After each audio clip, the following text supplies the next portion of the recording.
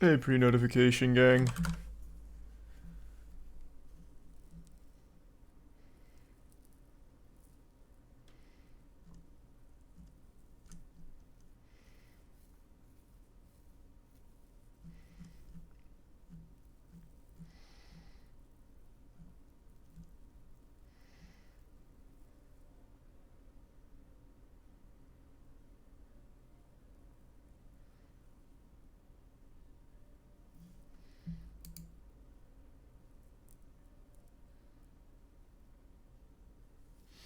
Thanks to resub, go easy. And the resub Rhonda. And Magical Socks and Horde. And the resub Bryce. Yeah, I just pulled up Bolt Gun. That's what I've been looking up here. I don't know if I'll play it tonight though. Maybe. But yeah. I saw it just came out.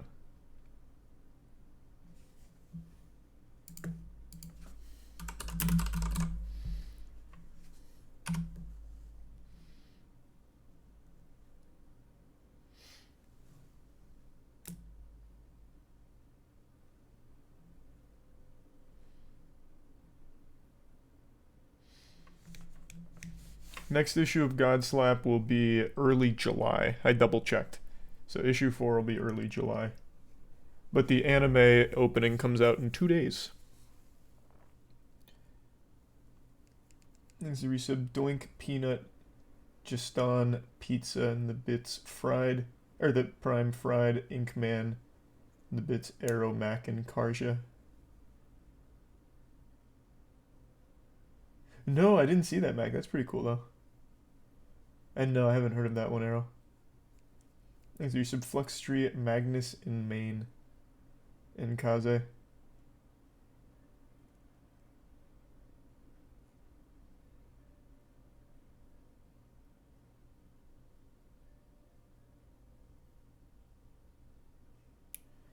And resub Cash, CJ, and give sub Consider. You see Mizzy was arrested? I did see that.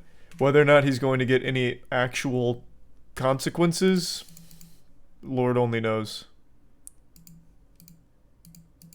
But I did see he did get arrested.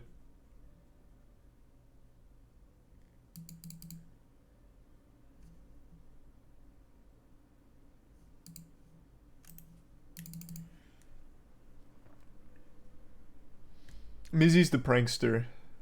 The one that, like, goes into random strangers' houses, steals dogs, assaults people, shit like that. Thanks to resub, Gojo, and Maple, and BKF.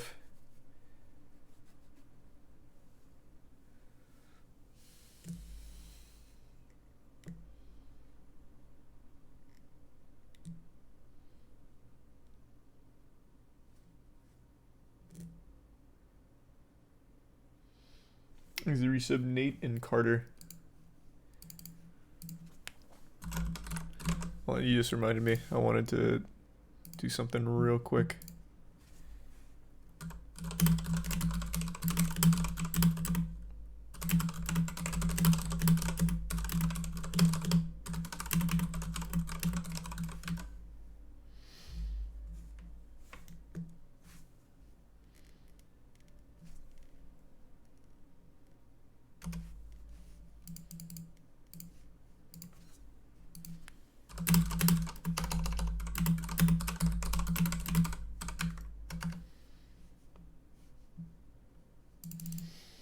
Thanks to the resub, Nameless and Doba.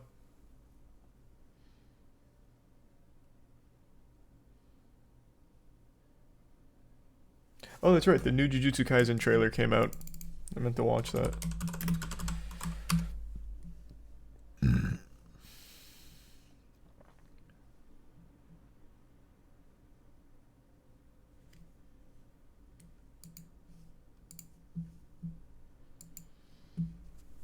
He's a tier 1 Emeritus.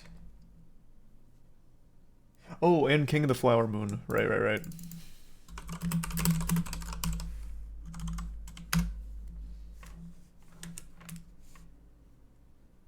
That is wild, Jay. It does not seem worth the money. What did you think of the newest Vinland Saga episode? I think it's amazing. I think it is super sad that Vinland's not getting the hype that it did for season 1, when I think Vinland Saga season 2 is legitimately an upgrade in every way. I know in the manga, Farmland Saga is considered the best, but for anime watchers, they're all like, it's too boring, it's too slow. And it's so upsetting to see that, because I think it's amazing.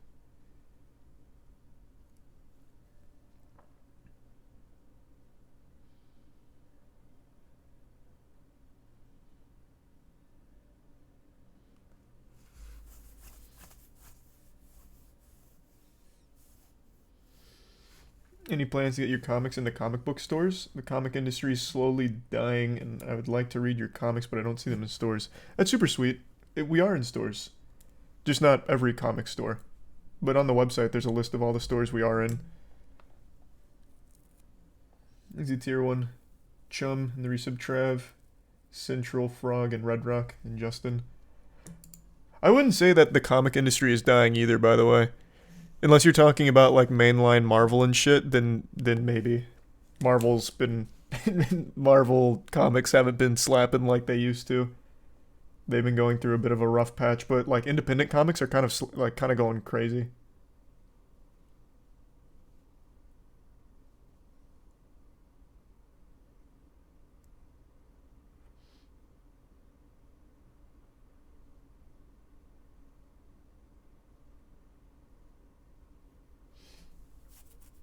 Thanks, a resub Rafter and the Bits J. No, that makes sense then, Jay, if it's for that reason. But yeah, the price on that Star Wars Galactic Cruiser makes no sense. Thanks, the resub Queen and Zed.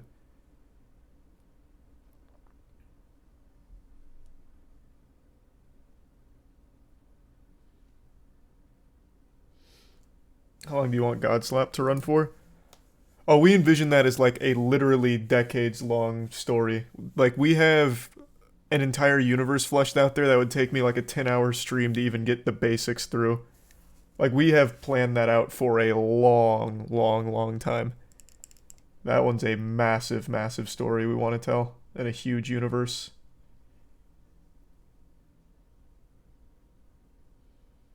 Yeah, Godslap is like our One Piece basically. That's kind of how we're designing it.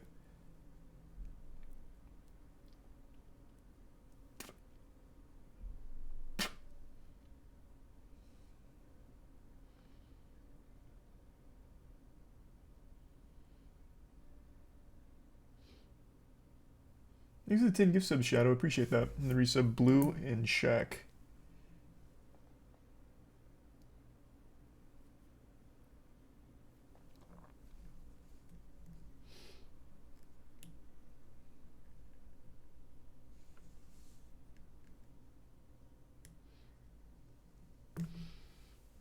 Yeah, we'll check it out. Like I said, I haven't seen the trailer yet, but I love Brendan Fraser and I know he's in this movie. Right? I think this is his movie.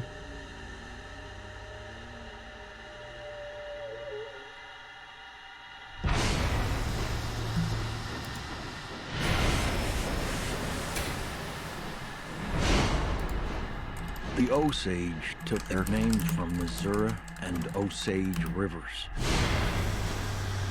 Hold on, actually, give me 1 second.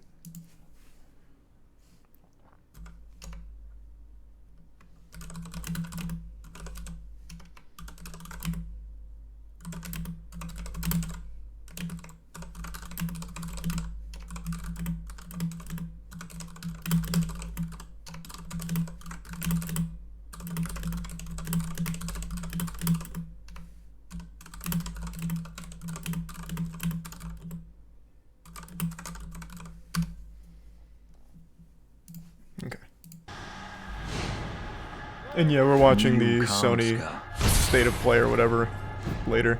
Children of the Middle Waters.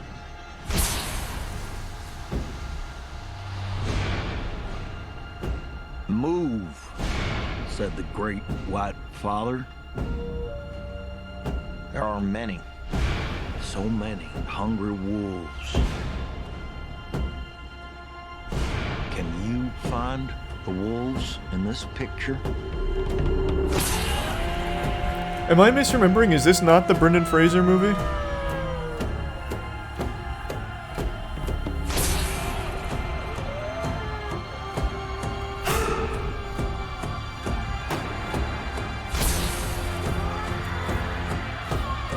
Oh, there he is. No, it is this movie. Okay.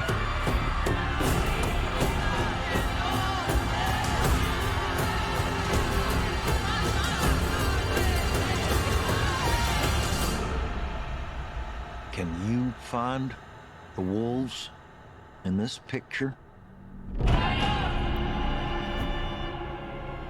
Interesting.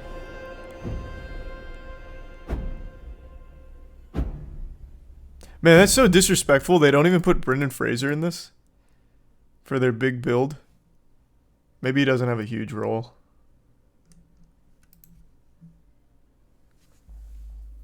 Thanks to resub Brojo, Dabby, Houdini, and the gift sub Robo. Resub Shrek, Fire, Goots, and Tier 1 French, Tier 1 Splice, and the Bits J.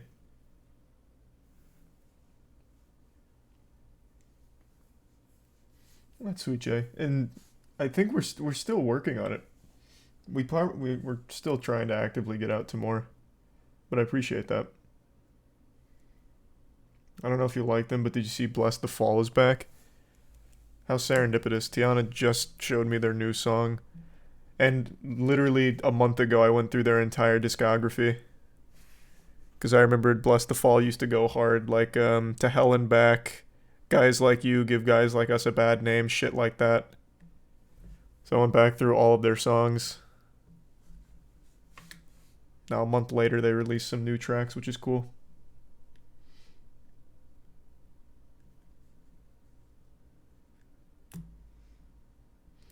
When is the PlayStation Showcase? Tomorrow at 4.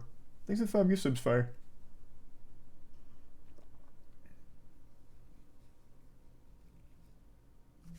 Thanks to the resub Lunar.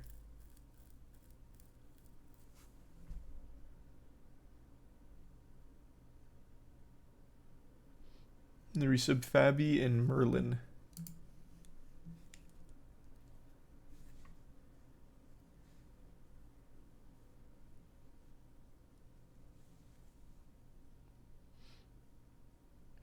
Hidden Citizens? What? That name's super familiar. What did they make?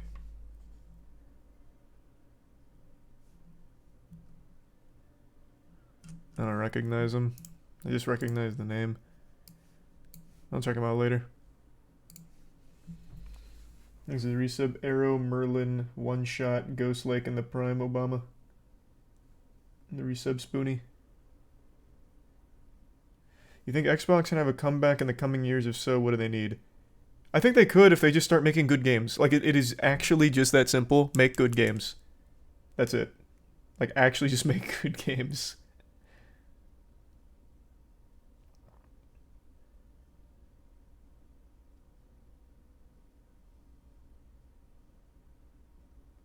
I will, this ties into the video I posted on the second channel today, but I actually feel like consoles are in a really good position in the gaming market because as more and more games are getting released, the minimum requirements to play them on PC are getting higher and higher, making it even more expensive. So people are obviously going to flock to the consoles instead because they're cheaper. The fucking Lord of the Rings Gollum game, this repugnant looking game, has the gall to have an extremely high requirement. This thing. So you'd still need like a $1,200, $2,000 computer just to run this on minimum specs.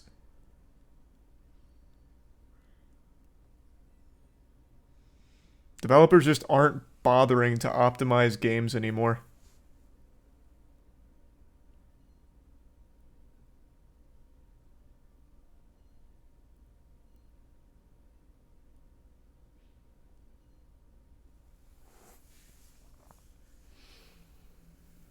Easy resub, Zilla, Birdo, and Lime.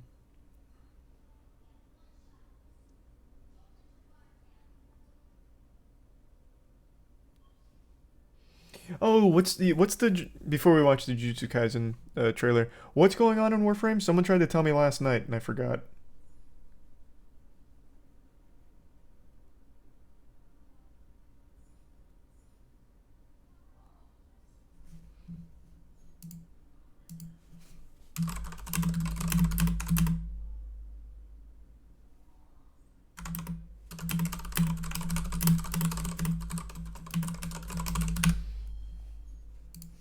I don't see anything about it.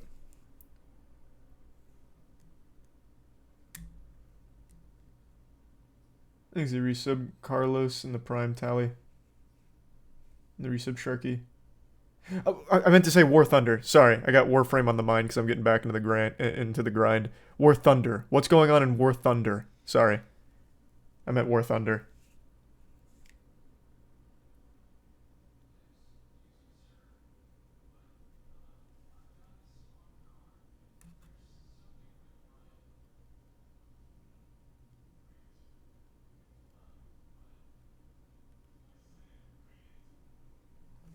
Thanks the resub Prince. Yeah, Denuvo does suck. Agreed, Jack. And thanks for the resub, all of you. They bumped the in-game prices of vehicles and upgrades, so people have been review bombing. Oh, so it was a monetization thing? I thought this was going to be another, like, top secret government document leak. Because that's happened 3 times. War Thunder devs remove Steam mention from website due to review bombing. Eek. That's no good. Those must have been like some egregious monetization increases.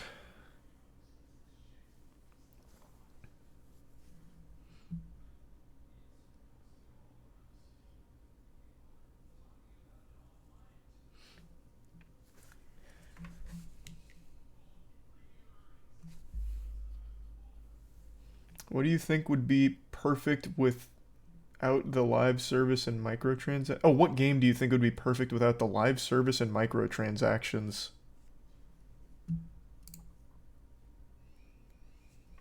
I can't think of one. I actually can't think of a single one.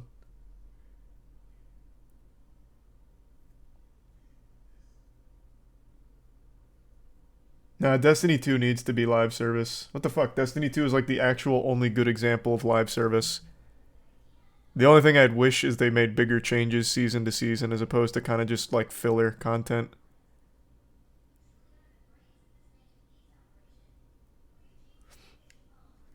Thanks to the resub Holy God.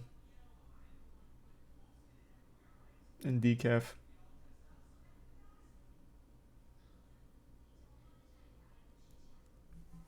Now let's check out the Jujutsu Kaisen trailer.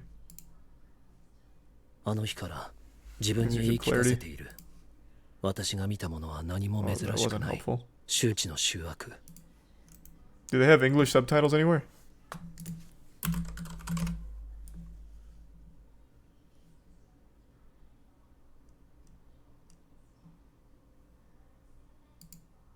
Special. Like, I actually really like the characters too. It's like they're not the most unique, but they're just so fucking flashy and cool. The animation is beautiful, non-stop action, and the characters are really fun.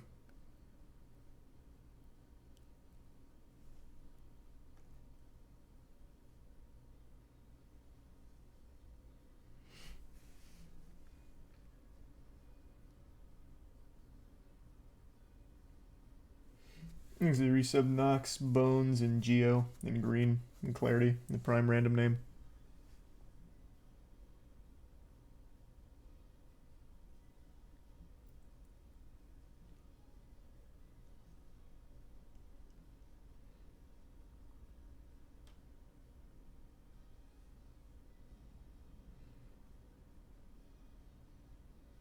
Did you see Western game devs mauling again with Tears of the Kingdom success?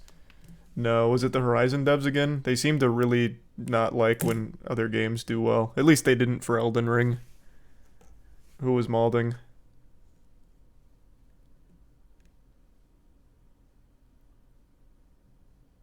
Thanks the resub hooligan.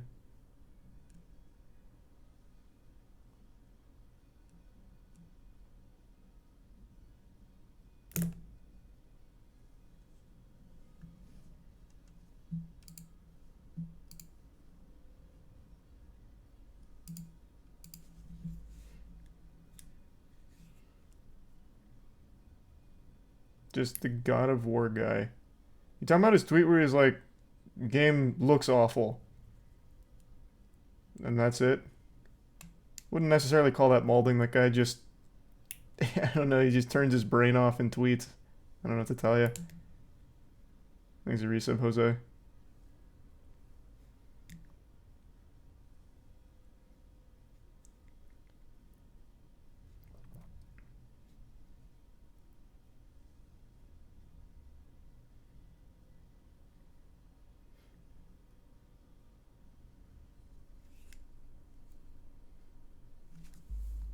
When the hell did the Horizon devs mauled over another game?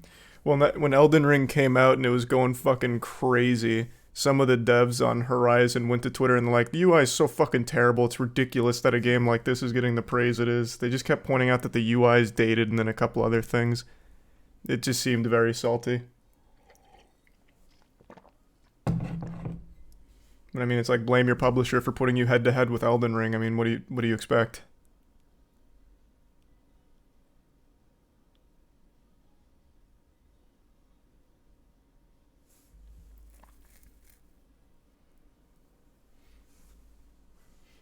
Nah, I probably won't play the Convergence mod. I'll probably just wait for the DLC to come out.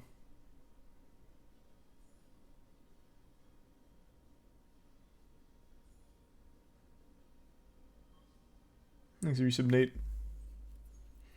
Yeah, I'm excited for Lords of the Fallen. I think it looks good. Thanks for the gift sub, or the 5 gift subs, Dung, and the resub Maniac.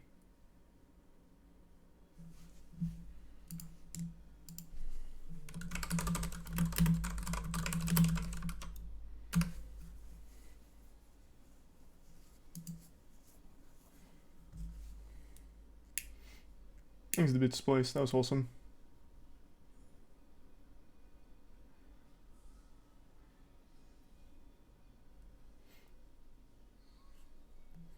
It's a bit personal, but what started your hate for drunk drivers? Did something specific happen?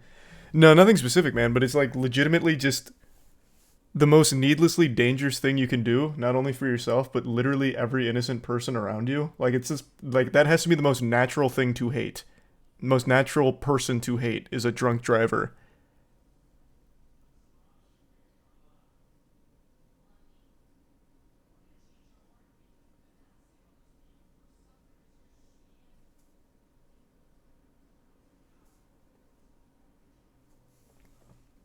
But no, there wasn't like some specific instance or anything.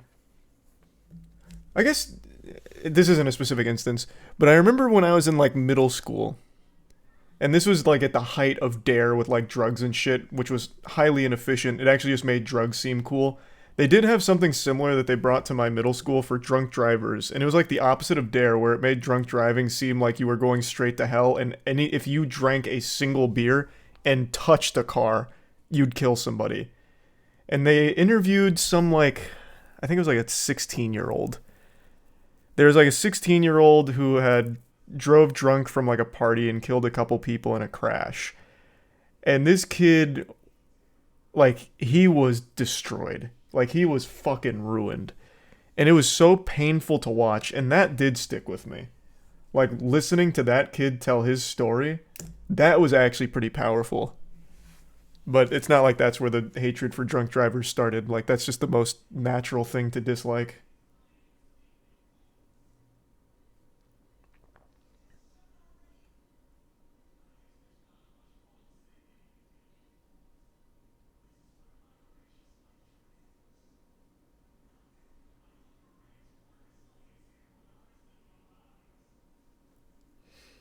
He was a football player, right? I don't remember if he was a sports player or what. I don't remember like what he used to be, but he's still in jail now. He got the whole book thrown at him.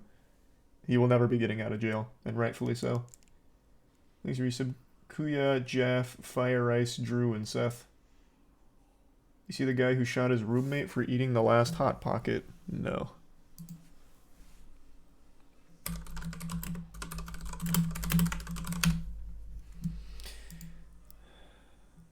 Clifton. Why is he smiling? Clifton E. Williams shot his roommate for eating the last Hot Pocket. And then he's smiling here. He's like, yeah, and I'll do it again, too.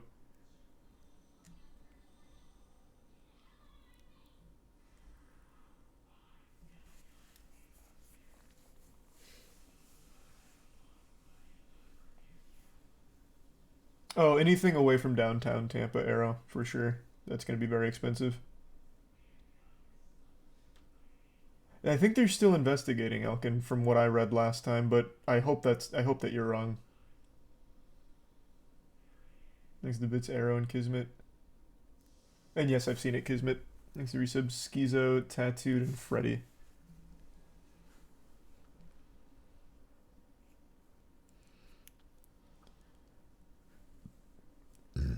Clifton E. Williams was arrested Sunday on one count of assault for the shooting that wounded his roommate during an alleged argument over the microwavable food item. Oh, so his roommate survived. Well, that's good. He became upset when he learned his roommate had apparently eaten the last Hot Pocket and allegedly started throwing tiles at him. What? The roommate reportedly tried to leave, but that's when Williams allegedly went back inside the shared home, grabbed the gun, and shot the victim in the rear end. Bro shot his cheeks? That's fucking wild. You eat the last Hot Pocket, I take your ass. The roommate told investigators he sought help a few blocks away. According to WPSD, police said the unidentified victim was taken to the University of Louisville Hospital where he was treated for non-life-threatening injuries. Wow. Well, at least he didn't kill him. Probably ruined Hot Pockets for his roommate. He'll never touch one of those again.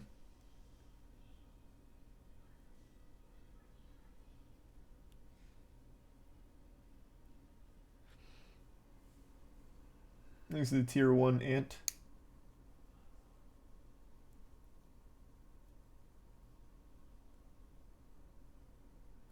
That is definitely a not so fun fact, Jay. Christ. That's awful.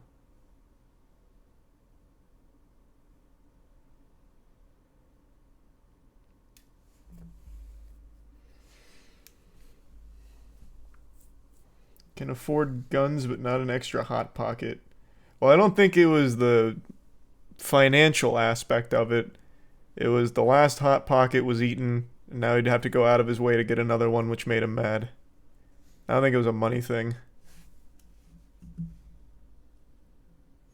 Maybe it was, though. Maybe it was like, damn, I saved up for all these fucking Hot Pockets.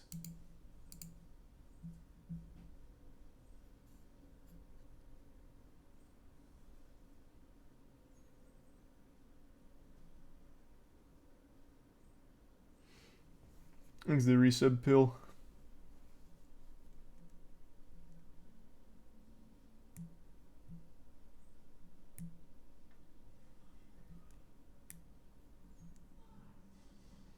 Your favorite show is on. What's my favorite show?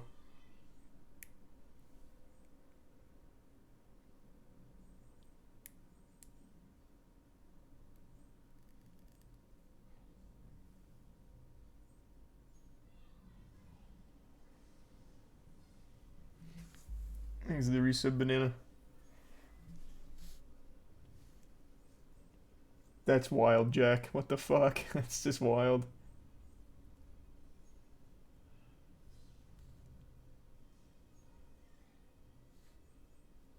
Yeah, we just talked about the prankster getting arrested.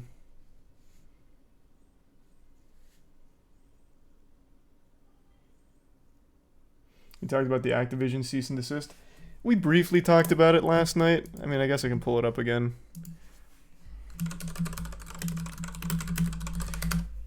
I didn't realize just how popular these services were. So right now, Activision's going through and cease and desisting a ton of these projects that basically allow you to play their older games safely. So games that are no longer supported by Activision, they're going through and shutting down the services that make it possible for players to still safely play them. It's pathetic. It's so fucking pathetic from Activision. But this was actually the first time I even heard of these things.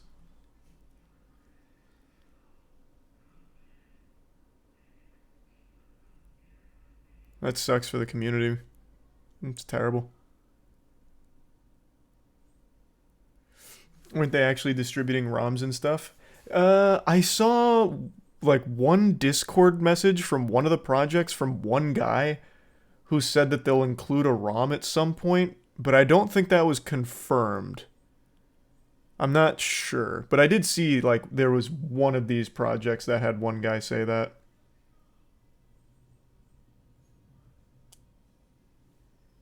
Thanks to resub Savoy, Noir, Raptor, Mago, and Sanctum. Haven't played the Starship Troopers game yet. This is 100% Microsoft enforced. You think so? I don't know about that.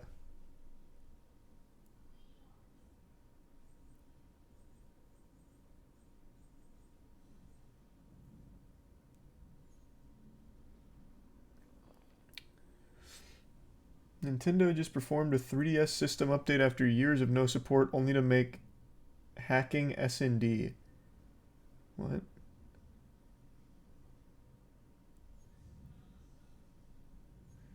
Thanks to the resub, Beauty.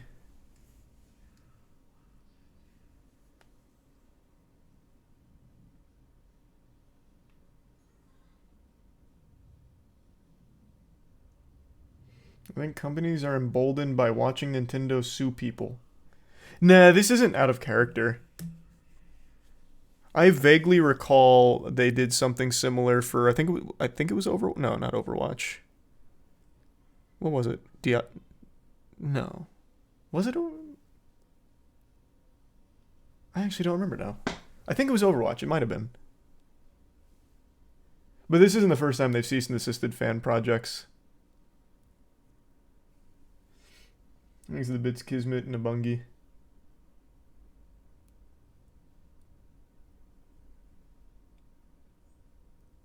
It was WoW private servers? Was it? Maybe it was.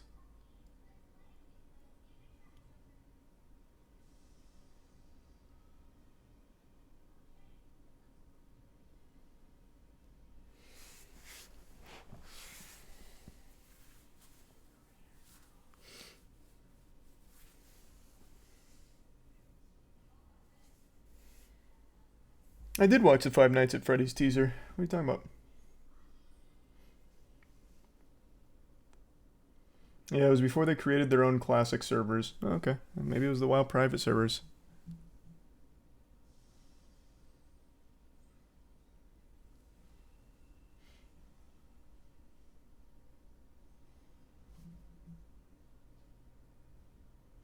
Thanks to resub Annie and Bird.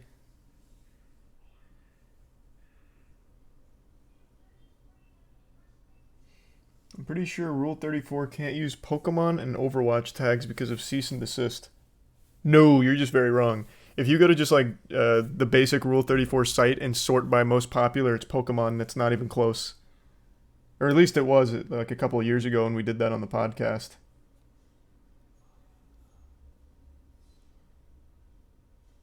I don't think they've changed it. Thanks to the resub Bebo. And no, I didn't know about a hurricane forming.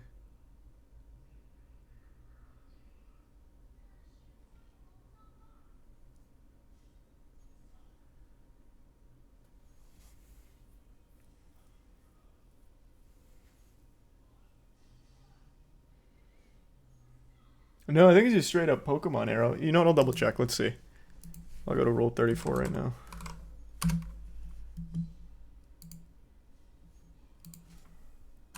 You can't see the screen, right? No, you can't. You're good. Yeah, if you just do Pokemon, there's 484,668 different porn images. Yeah, there's no cease and desist on like Rule 34 Pokemon shit. It's not like illegal. That'd be a very hard thing to enforce.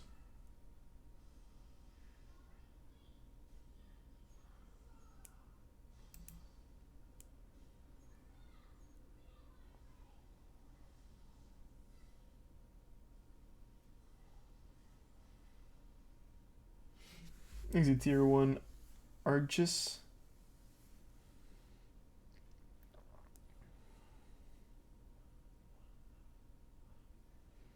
Five Nights at Freddy's was filmed in my town down the street from where I work. You should ask for a role. Just march up to set one day and say, "Hey, Buster, let me on board this ship." They might like the assertiveness.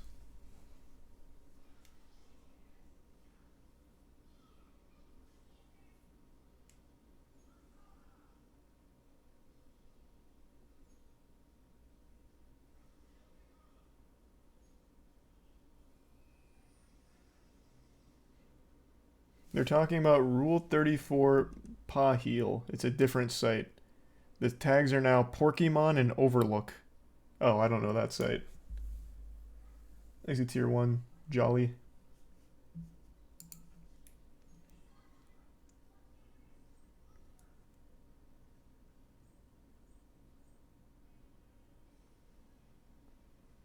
Exit tier 1, Dude Chill.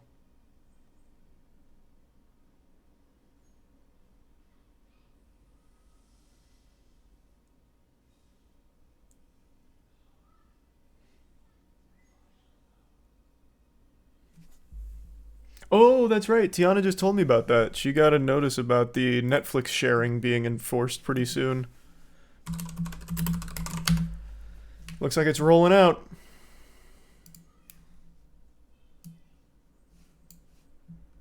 Oh my god, I keep falling for that. Jesus Christ. I hate it. You force me to turn off ad blocker, I'm not coming back. Unless I accidentally click on it like I do every single fucking time there.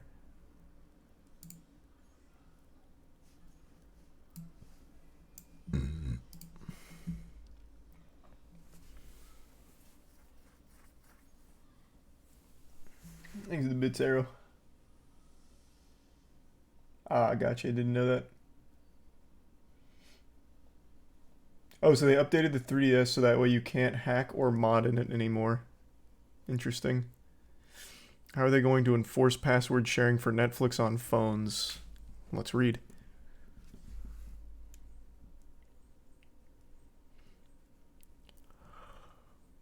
Netflix on Tuesday said it was sending out emails about account sharing to customers in 103 countries and territories, including United States, Britain, France, Germany, Australia, Singapore, Mexico, and Brazil. The emails state that Netflix accounts should only be used in one household. Paying customers can add a member outside of their homes for an additional fee. In the United States, the fee is $8 per month. Members can also transfer a person's profile so the user can keep viewing their history and recommendations. Yeah, it doesn't specify anything about the phone. If I remember correctly, though, in the initial announcement on how it would crack down, you'd have to, like, I think you have, like a 2-week grace period where you can have your main account be outside of the main hub, but then you have to check in. Otherwise, you get locked out.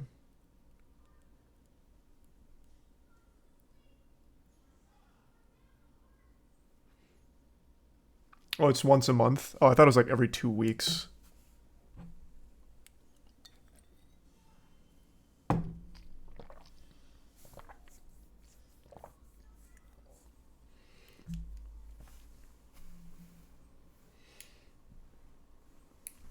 Yeah, I imagine this will be a huge hit to their stock.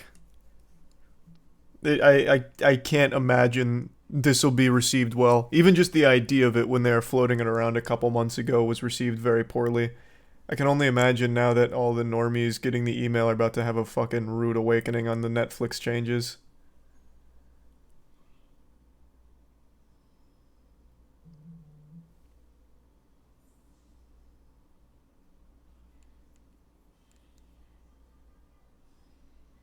If no one uses Netflix, they'll run it back. Well, I don't think that'll ever be the case. But the estimated 100 million users that are password sharing, You'd be lucky to even get half. I don't think you're gonna get anywhere near half. Like, these people aren't going to just sign up on their own, and there's no way the main accounts are gonna pay $8 for them to be on their account.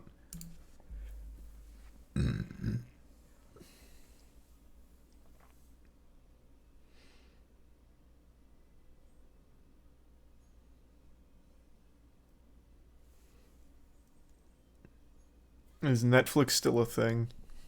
Yeah. It's kind of just like a K-drama hub now. Like, Tiana just watches, like, exclusively K-dramas on it. They don't have anything good that goes to it.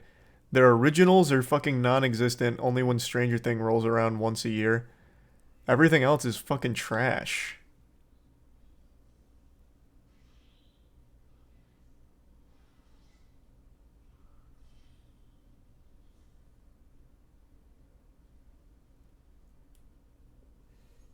Is the resub Siska and Drap and Drag and the Bits Cat.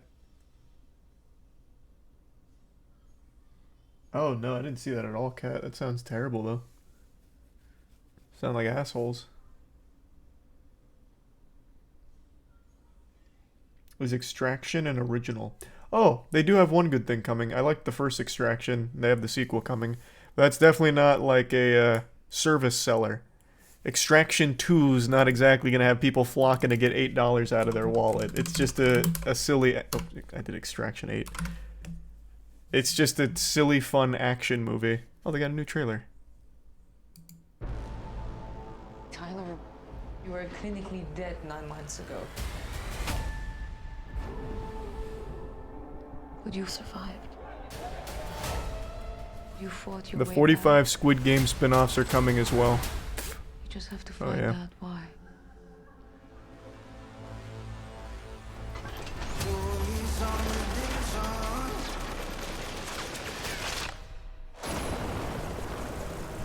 We got a contract.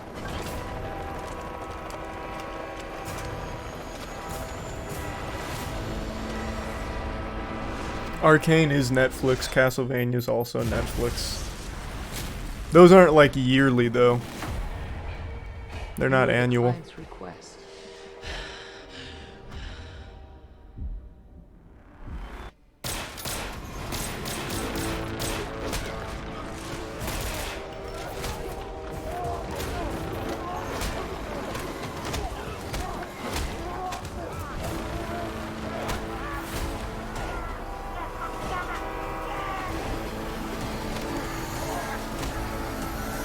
See, like, I think this looks fun.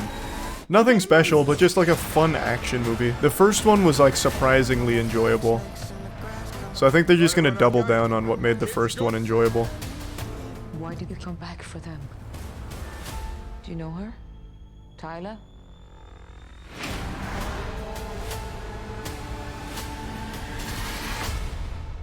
Getting you out of here, okay?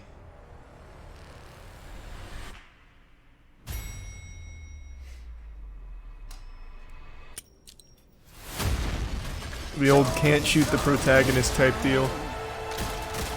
A pet peeve of mine that I've had for a while is in like every action movie, the main guy will be wide open, like in a field, and then some guy's like charging at him with a gun, like into melee range for some reason. Let's find out. That's like the only like sin in an action movie that actually makes me upset now. They keep doing it in every single movie.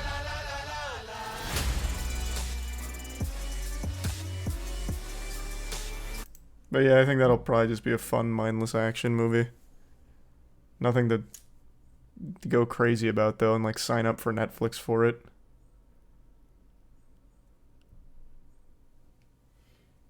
There's a resub Retro, Sigma, Davy, Hog, Humza, and the Bits of Bungie.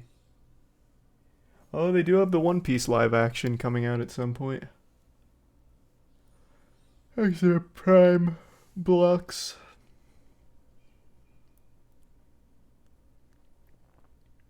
There's a 14-minute one take in that movie. In this movie, Extraction 2 or the first Extraction? Because I don't remember a 14-minute one take in the first Extraction.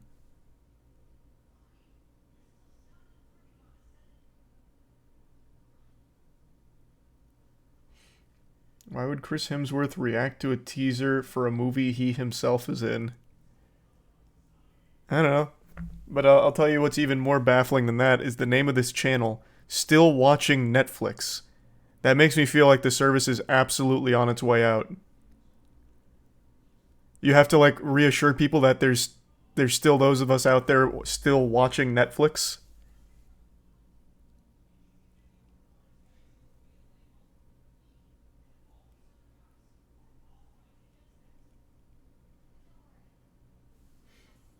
Is the resub Rivet, Pyre, and Tier 1 Red Hood. It's a play on the message, are you still watching? Oh. Well, it's just sad right now given the state of Netflix with like absolutely nothing worth watching, and now their password sharing crackdown, which is absolutely going to be detrimental in a big way for them. Now it's just sad.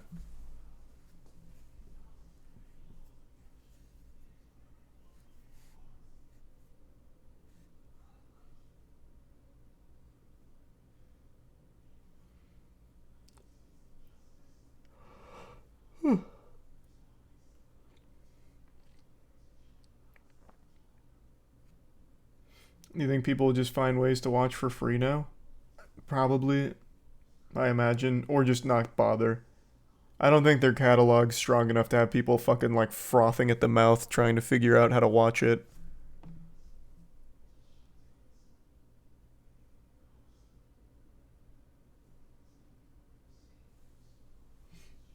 There's the Bits Girth and Evergreen.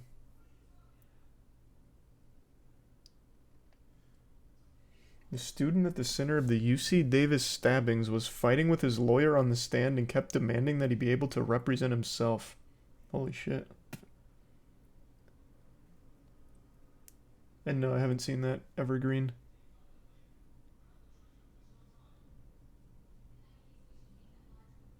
And the resub Toto.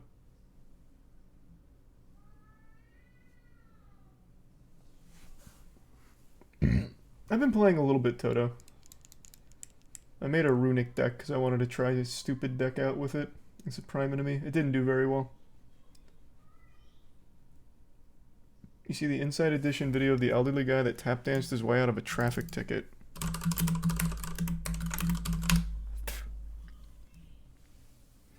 Elderly man gives cop dancing lesson during traffic stop.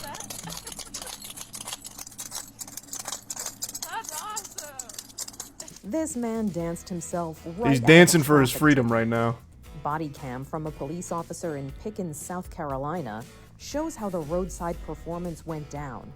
The officer says she stopped the man for failure to maintain lane, and she noticed his shoes made a music of their own. I hear. I hear. Aww. No. Well, this southern gentleman was about to give her a lesson right He seems there on nice. the side of the road. All right, now I'm going to show you how it's done. Right, get here. Okay. All right, now take one backward and two front. Two frontwards. But this officer was much more interested in seeing This is what cool. clogging is all about, and the man happily obliged. Can you do? My dad used to clog. I need to. I'm gonna text him right now. I need to The get man him was let clogging. off with a I want warning, to see how and that this goes. officer had a fun night at work. All right. Well, you're. That's cute. That's just like actually so fucking wholesome.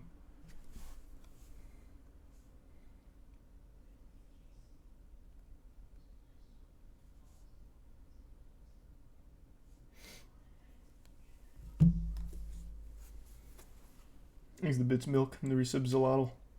The Bits Potato. Yeah, I got Bolt Gun pulled up. I just don't know if I'll play it tonight or anything. It's a prime burrito. You see, killer whales are starting to teach their young to attack/sink boats. Oh boy, they're rising up. I think we all knew it was just a waste of time, or a matter of time. And yeah, we just talked about it, Skyline. Well, briefly. The War Thunder stuff. You hear about HBO Max drama. HBO Max switched to Max as a platform, but it's not yet available in every country yet. HBO Max subscribers are still paying. People who can't access it are paying for a platform that doesn't exist. Oof. Also, it's a stupid name. It's a totally unnecessary name change.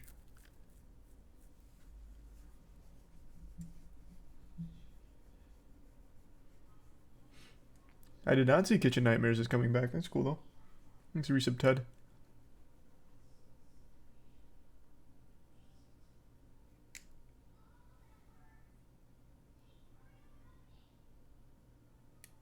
No, I haven't even heard of that one, Potato.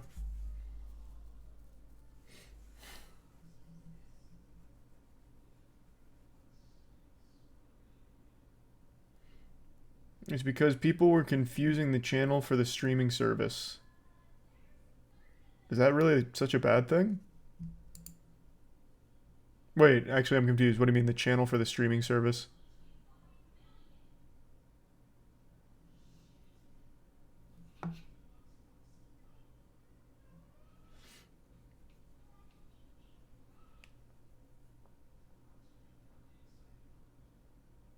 Oh, you're talking about the cable channel. Oh, gotcha.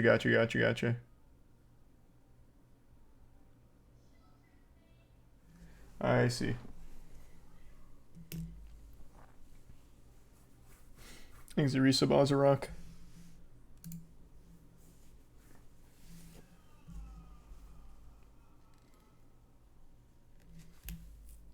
No, what's the name of the Starship Trooper game? I'll look it up right now before I forget. The movie game that's actually good, Starship Troopers Extraction. Let me just see a trailer.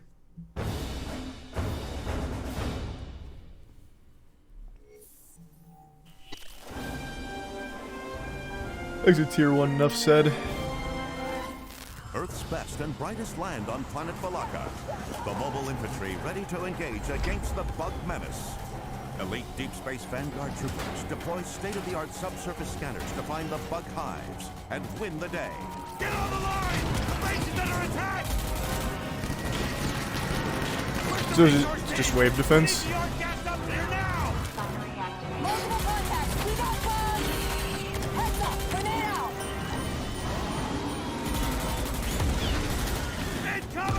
Thanks the resub head snake. It's great, it's difficult. Western Earth Defense Force.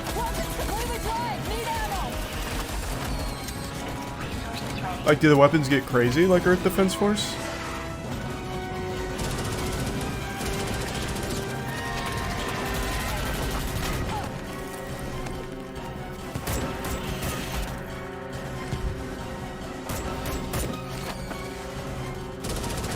Basically kill aliens. Yeah, I was able to put that together. I was able to figure that out.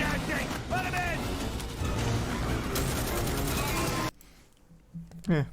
I don't know, I'm not a huge wave shooter guy, but maybe it's worth a try.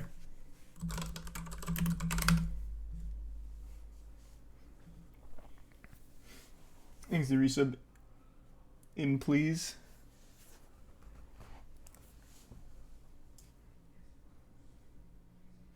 Yep. We're gonna check out the Summoning Salt Halo 2 records. I was talking to him earlier. He actually told me about this a couple months... Well, it was like only a little over a month ago. And I've been so hyped for him to drop it.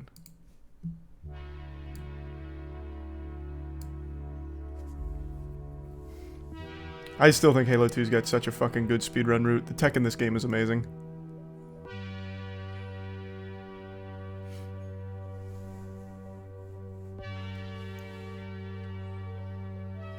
Thanks for the resub, Olivia, in the Prime. If you've chum. ever tried playing Halo 2 on Legendary difficulty, you know that it's one of gaming's most brutal challenges. It goes way beyond. It is one of the most difficult, hardest settings. Enemies are stronger, they're more plentiful, and they kill you almost instantly. Beating Halo 2 on Legendary is a serious achievement. But one group of gamers takes it a step further.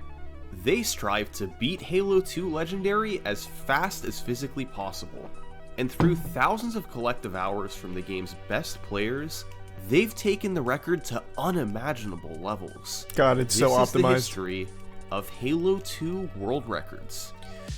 I don't think he touches on it in this video, if I had to guess, but there was actually so much controversy with some of the early Halo 2 runs. In fact, I recall vaguely, I can't remember the details. Bungie ran a competition for, like, beating Halo 2 the fastest, and there was a guy who completely fucking fabricated everything. He cheated. And he was hyped up as, like, the best in the game ever, like, the ultimate Halo 2 gamer, and then he had to do it live one time, and he couldn't even beat it. Like, he couldn't even beat the fucking run a single time. Like, he couldn't even beat the game.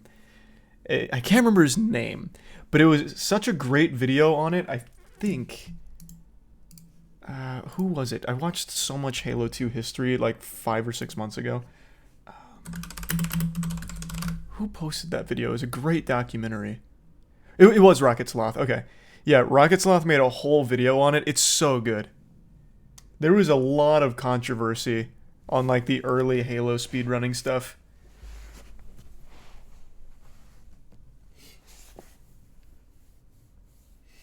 Cody Miller. Yep. I don't remember where to go. Yeah. Billy Mitchell. Nah, Billy Mitchell hasn't touched anything outside of a fucking arcade cabinet.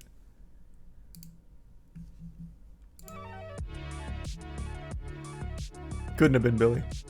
Billy should start, like, actually just speedrunning every game. I may have cheated in everything else, but I swear to God, I'm legit when it comes to Hello Neighbor 2 speedrunning.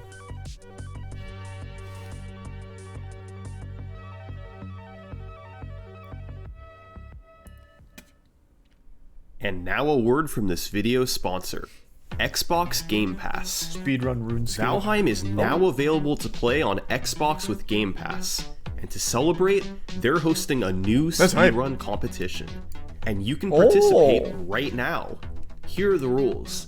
Oh wait, chat told me about this. Troll as fast as possible.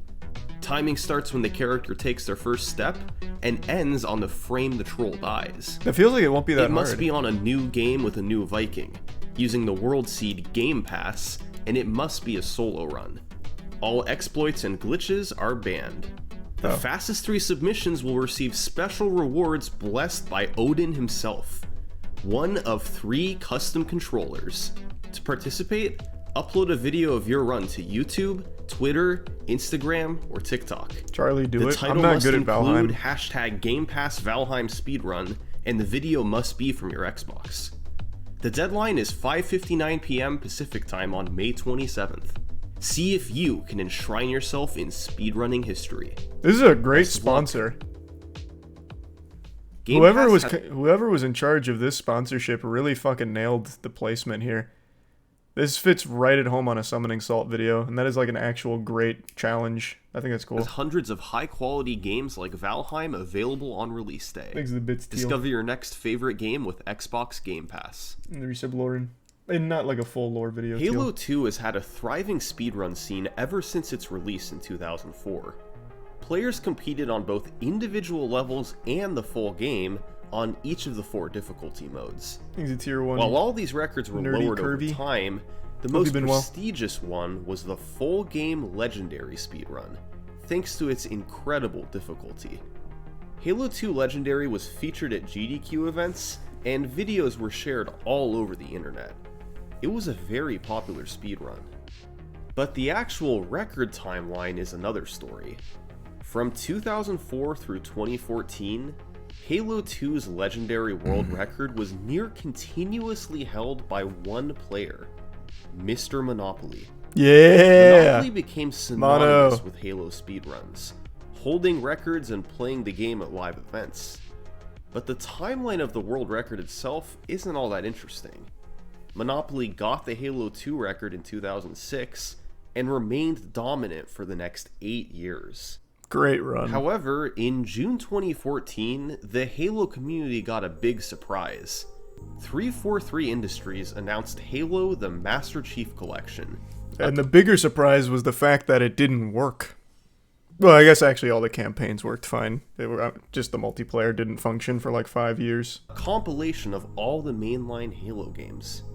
And to celebrate Halo 2's 10th anniversary, 343 was going to remaster it as Halo 2 Anniversary, with graphical upgrades and a few other changes. And it just so happens that members of their development team were speedrun fans.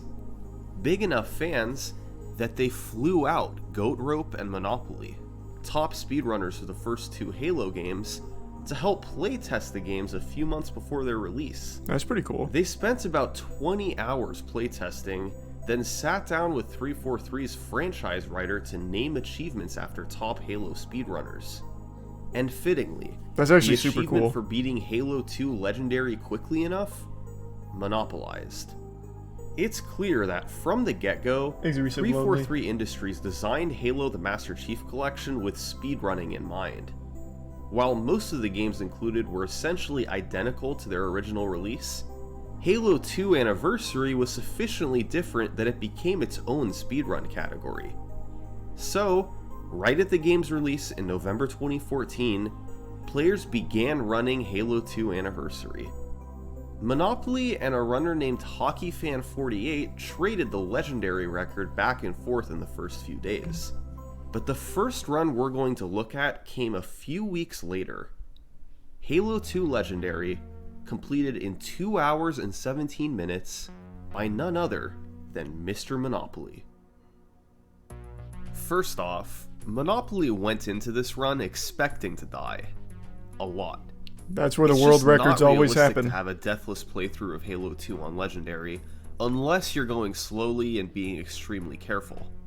Fortunately, there are checkpoints throughout each level, so when you die, you can quickly enter the menu and revert to the last checkpoint.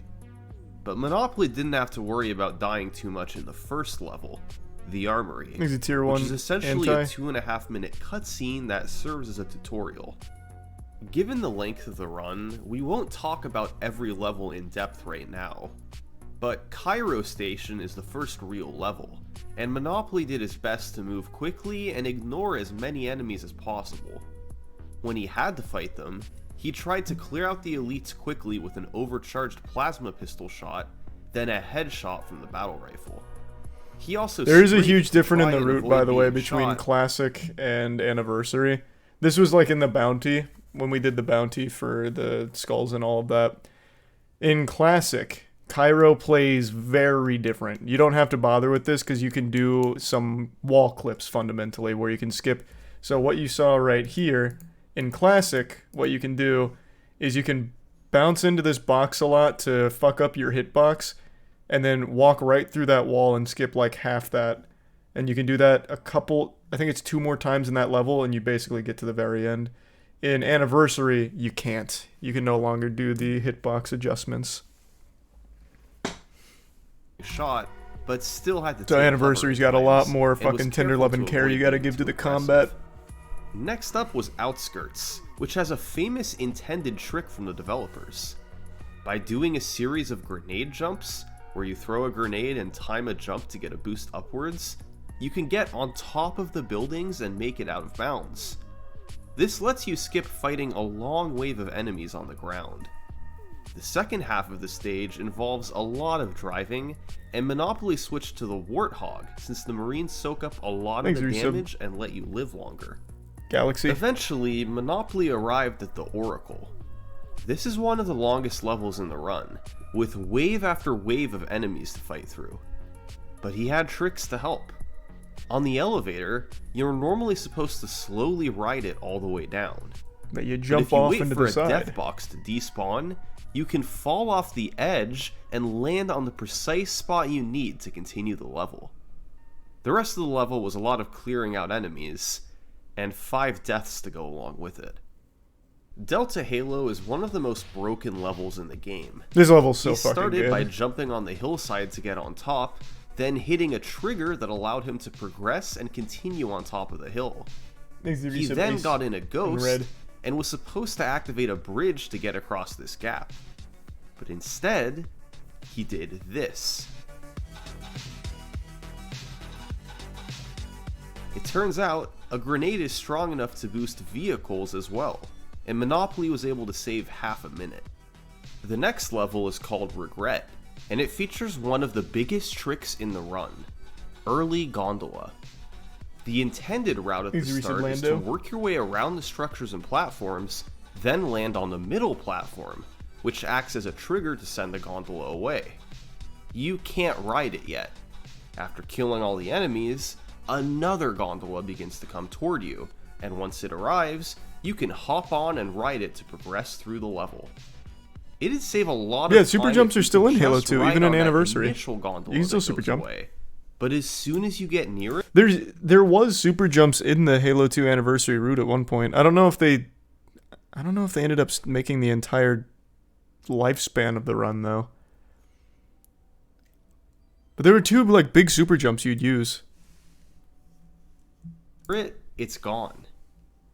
That's where early gondola comes into play. Monopoly used a careful jumping route to go straight to the gondola, including a slide jump, where you use the extra momentum from a slide to extend your jump across a gap. He then left the gondola to hit the edge of the trigger on the middle platform, then quickly got back on the gondola. Watching this makes me think of what could have been with Halo Infinite.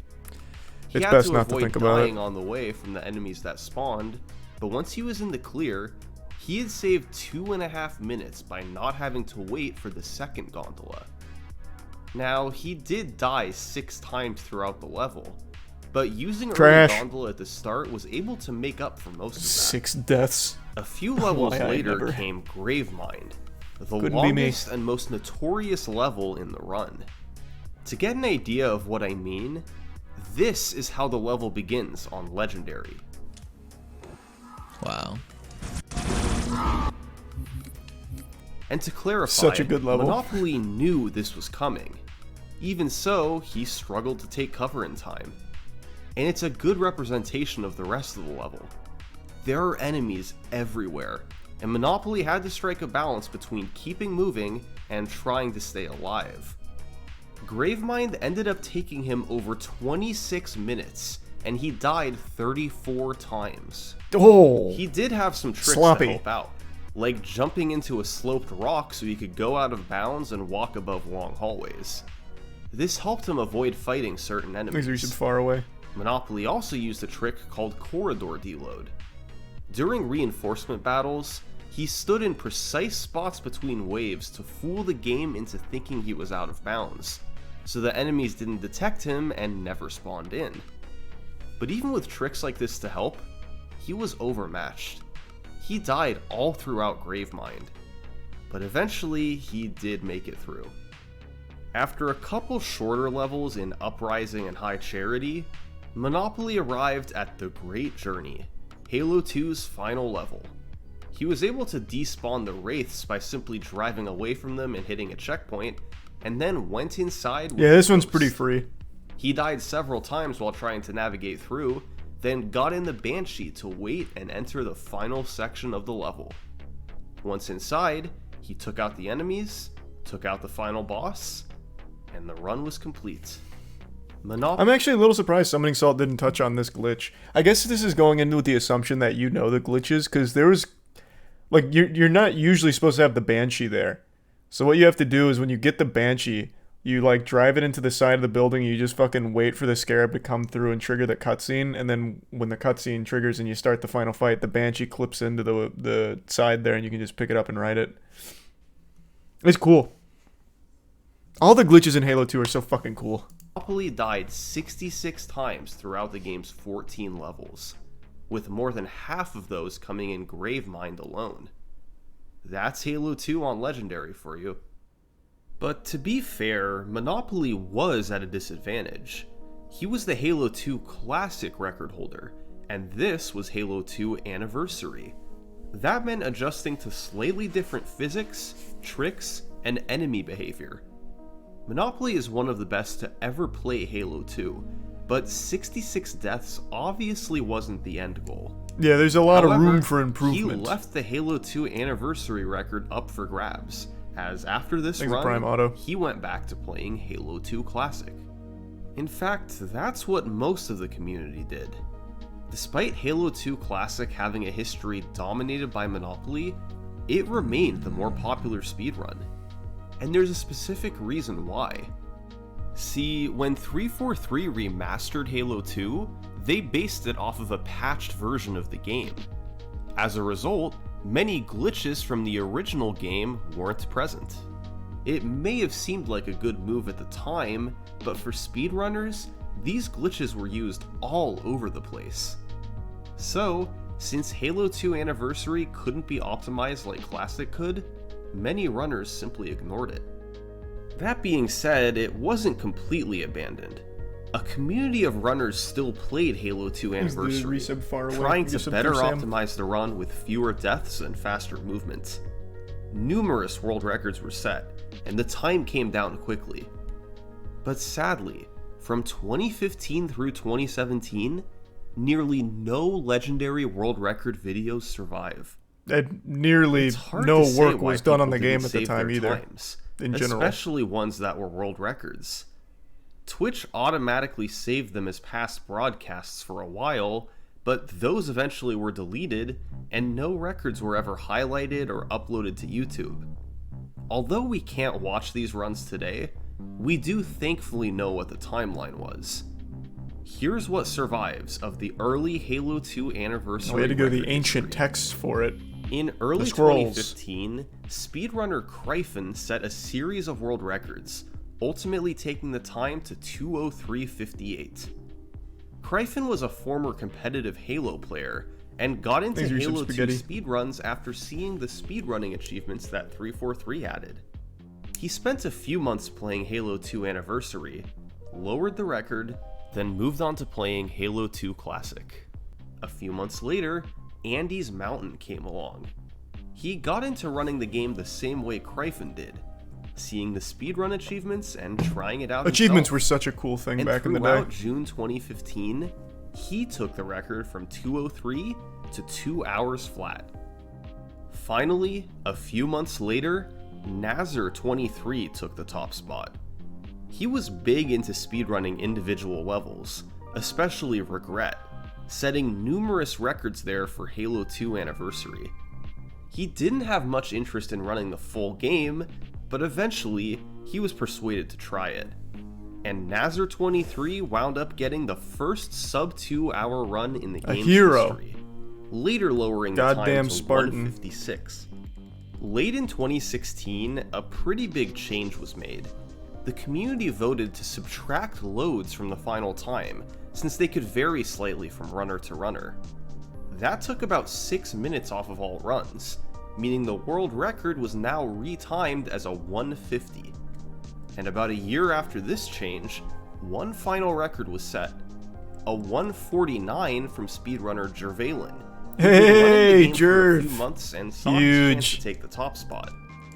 So, this is Halo 2 Anniversary's early timeline. That's the guy that did the $20,000 bounty I set. Activity followed by months of silence. It's unfortunate that no videos survived, but at least the history is preserved. But that's finally, the fucking boy wonder. In April 2018, Jervalen came in clutch. He set a new world record and saved the video. This is the first time we can watch a Halo 2 Anniversary record in over 3 years. We last saw the record at 217. Now, it's down to 146. This is gonna look pretty different. It's gonna be a different game. Well, right from the get-go, he was more aggressive. All throughout the run, Jervalen attacked enemies more directly instead of hanging back. In Cairo alone, the first real level, this saved him 45 seconds. Woo! While playing more aggressively can be faster, you do run the risk of dying more. But Jervalen improved in that department too. He saved nearly 3 minutes over the following 3 levels by reducing the amount of deaths. Another major area of improvement was new strategies.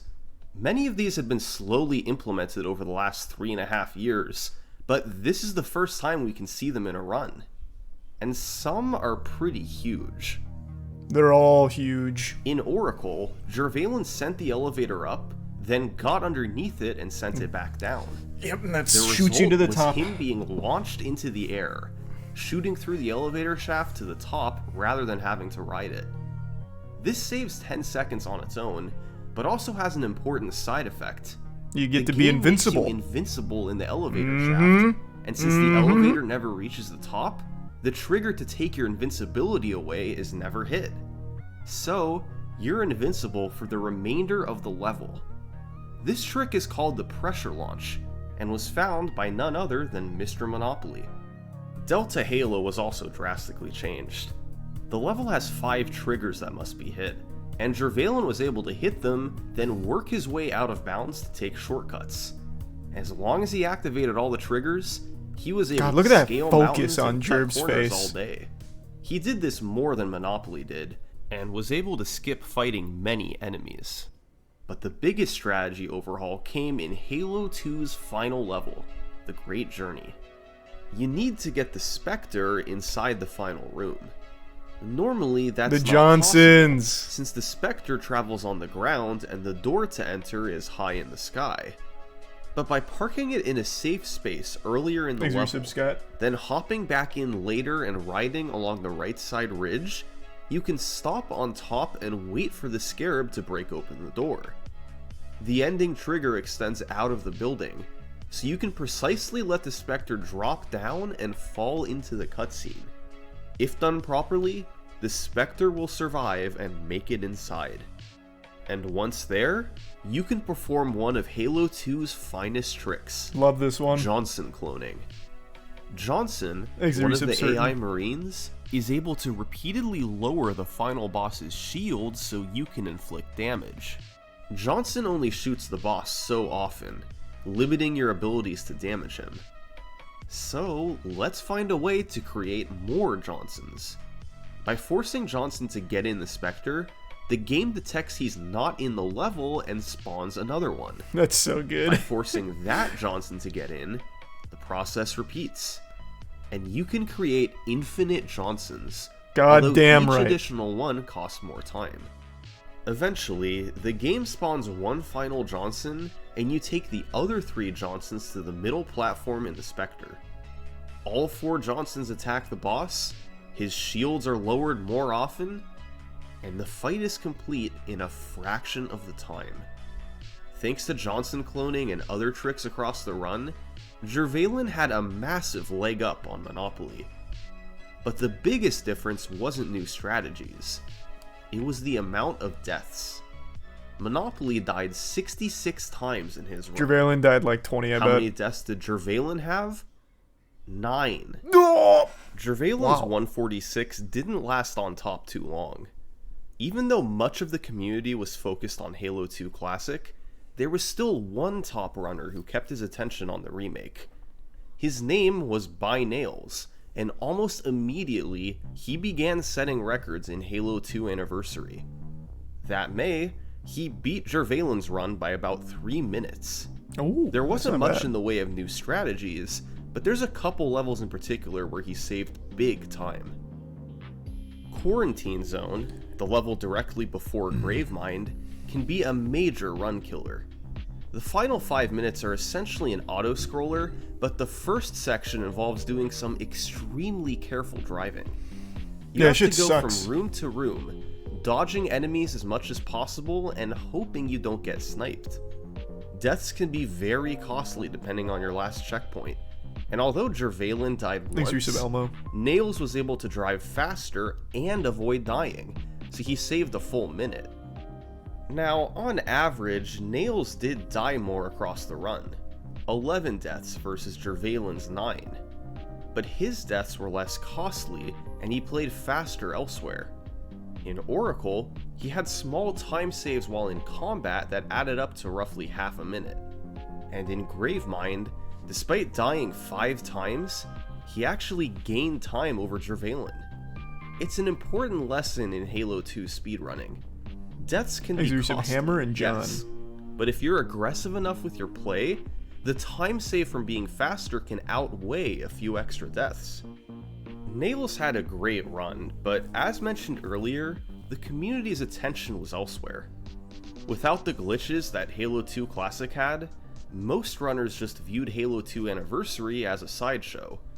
Despite some solid recent records from Jervalen and I will say I do think Halo 2 Classic is a cooler game to run. Efforts into the original game. That's the way it had been for years, and it showed no signs of stopping. But then, in August 2018, 343 Industries made an announcement that changed everything. Yes, sir. Just shy of 4 years after the game's release, 343 modified Halo 2 Anniversary's mechanics. There were a handful of minor changes, but the most relevant one for speedrunners? They added glitches from Halo 2 Classic back into the game. God damn right. It's time to introduce you to Cr1tikal. But like I said, the one thing that they never got back into the game, because they couldn't, is the hitbox adjusting thing from Halo 2 Classic Ghosting, where you keep hitting something into your hitbox and then you can just phase through walls. It's really mainly useful in only like the first level Cairo, well, Cairo and a couple other places, but it's huge. Like, it is huge.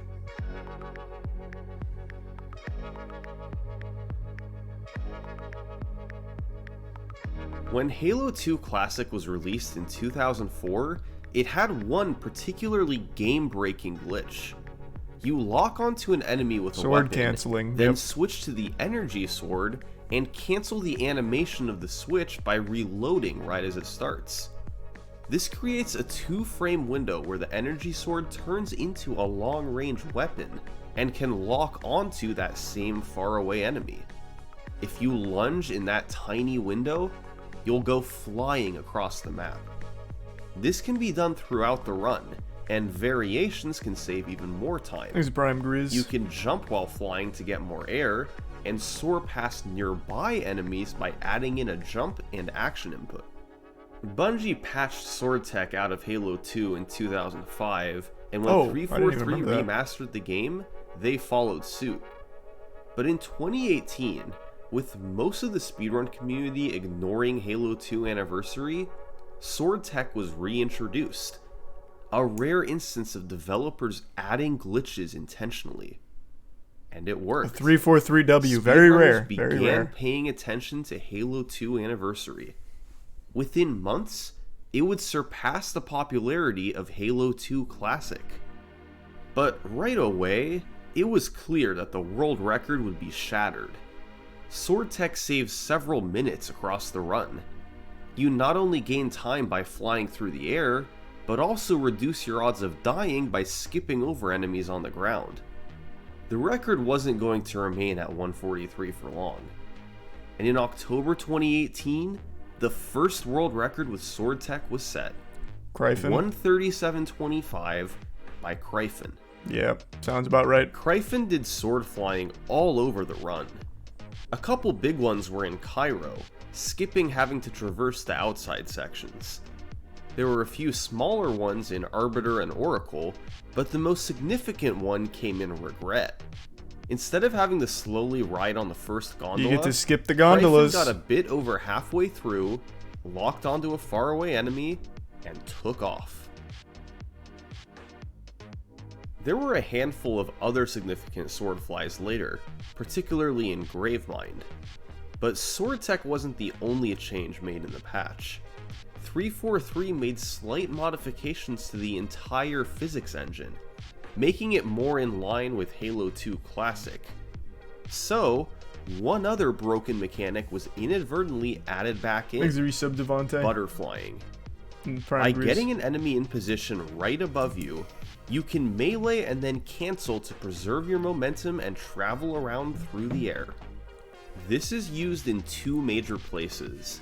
In Gravemind, you're supposed to go down the elevator, but you can butterfly up with a brute, then go back up and resume the rest of the level. But instead, by luring an enemy over and falling with him on top of you, you can butterfly back upwards by repeatedly melee canceling to activate the elevator that takes you back up. It's so good. I love these fucking glitches. The game thinks the prison section is complete, and you save 3 to 4 minutes by not even having to go down there. Prison Skip was found by Mr. Monopoly in 2016, but couldn't be applied to Halo 2 Anniversary until now. This works! I did it! I skipped Gravemind Prison! This is Gravemind Prison Skip. The other trick is in High Charity, Halo 2's second to last level. You skip the whole level. The ending portion of High Charity is actually right below where you begin. So if you lure an enemy over and begin butterflying off the edge, you can time your melee so that you have a controlled descent down to the ending. You also have to navigate to the side at times, and it can be quite tricky.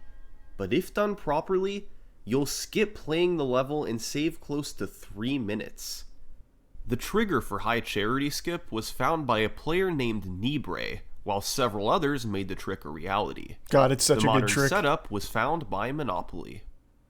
With sword flies, prison skip, and high charity skip, how do people find some of these glitches? Butterflying was actually discovered when I was a child. Like, when I was playing Halo 2 on Xbox Live, I used to go on Headlong and Butterfly with my friends. You just go out of bounds with it. These glitches were found way back then, and they're glitches you could find by accidents, like sword canceling. Basically, you, like, who wouldn't, like, try and melee and then switch a weapon or reload or something, right? Like, it's just one of those things where you could easily find it by accident. But trying to apply it to something like speedrunning is where it gets really crazy. That's when you have to get super creative. Cr1tikal had the potential to save over 10 minutes, but his run was only a 6-minute improvement. He died 19 times, and most sections of the run were slower outside of the new strategies. It was an unoptimized time, understandable given that it was the first world record after the patch. With sword tech being possible, the community was more excited about Halo 2 Anniversary than ever before. The strategies had been found. Now, they had to optimize the record. Over the following few months, Nails took the time down to 1 hour and 32 minutes. Nails had turned into an absolute gets the first one or sub 130 record, and to this day he's considered to be the greatest Halo speedrunner of all time. He's gotten top times in every main game and has held the record in several. Back in late 2018, he was focused on Halo 2 Anniversary and took 5 minutes off the record, starting with a 135 and then getting a 132. Nails didn't do much different from Cr1tikal, but he did die less, 13 times versus Cr1tikal's 19. Was that really enough for such a large record improvement? Well, 5 minutes might seem like a pretty big difference, but that's because of the nature of Halo 2 Legendary. It's an incredibly difficult speedrun to optimize. There's too many places to die, and it's inevitable that things will go wrong. Since deaths cost roughly 30 seconds on average, it's easy to see why there was so much room for time save. Just 5 days after Nails' 132, another 3 minutes came off the record. A runner named Rocats got the first sub 130 in the game's history. Rocats got into the game in 2016, but like so many others, he returned once sword flying was patched back in. He grinded for a few months in late 2018, and in January 2019, he got a 129.55 with only 8 deaths. We're catching up to modern day. Most of his time save came early, and the only death in the first half was a nearly unavoidable snipe in Metro. He bled time in Gravemind due to 6 deaths, but played Great Journey much more aggressively. He did sword tech faster and stopped to kill fewer enemies. The record was in a good spot, being under 130. But despite the progress, there was still room for improvement. Tricks could be cleaner and combat could be smoother. So, Rocats continued to play. And over the following several months, this is what he did. Oh, look at him go!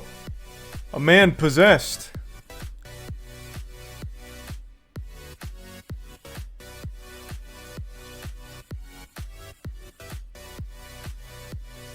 By early 2021, the time was down to 126.34.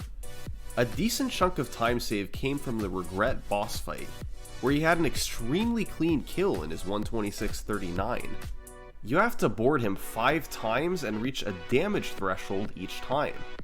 He can spawn in 8 different locations after each cycle, and if he spawns far away and you get unlucky with other enemy spawns, you can die very easily.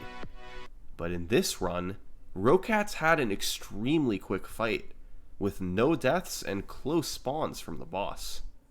For years, Halo 2 Classic had dwarfed Halo 2 Anniversary in popularity.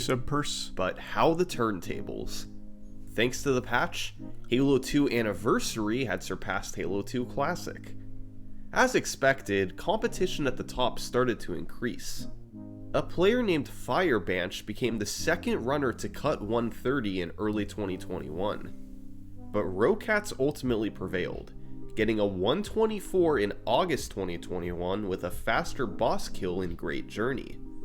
By September, Rocats had held the record for close to 3 years straight and showed no signs of giving it up. That was a pretty good run at the top. But then, the Halo 2 community voted to make an interesting rule change.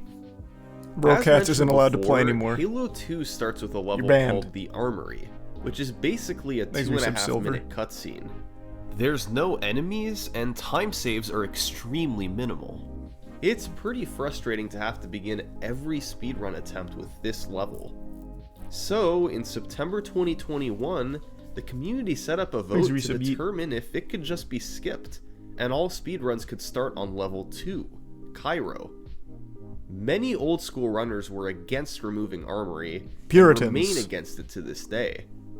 But in the end, the community chose to remove it, and all Halo 2 runs could now start from Cairo. This changed a lot. For one thing, all runs were now 2.5 minutes faster, so the world record was retimed as a 122. But it also changed how runs were done going forward. You could get a good run going much more easily, as you didn't have to replay Armory every time you wanted to start over. Cairo could be better optimized, and ultimately, the entire run could be too. Removing Armory was certainly a controversial decision, but it brought a new wave of popularity to the speedrun.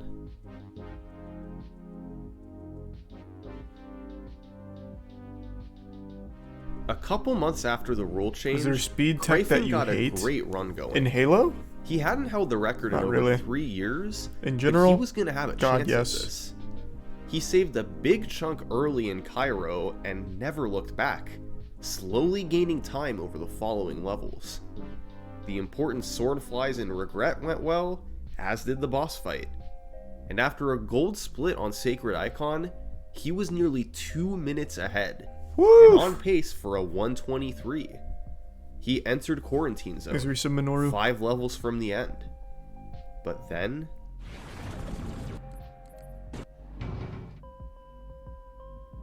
oh, disaster. A couple untimely deaths and some slow navigating meant Cr1tikal's lead nearly entirely vanished.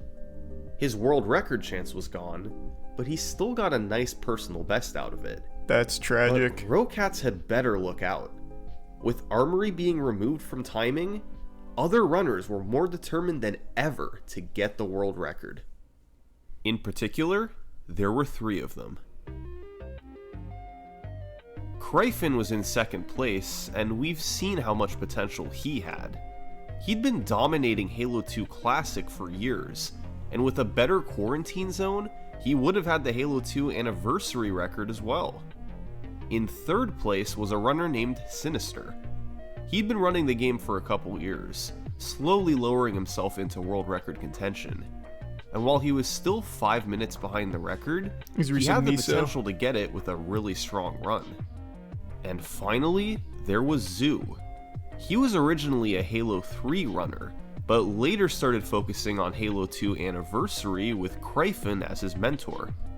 He was the farthest from the record, with his main goal being to beat Cr1tikal and get second place. But Zoo had one advantage over his competitor. You gotta shoot for the stars. Thanks to a trick he went for right as the speedrun begins. Tram skip. At the start of Cairo, there's a tram that leaves behind you. It passes by a later section of the level, so if you can just go where the tram's headed, you can skip the first part of Cairo. Problem is, there's an invisible barrier that pushes you back, and it doesn't disappear until after a door closes that you also can't pass through. If you try to approach the barrier, you'll get pushed back through the open door. There's no way to make it through.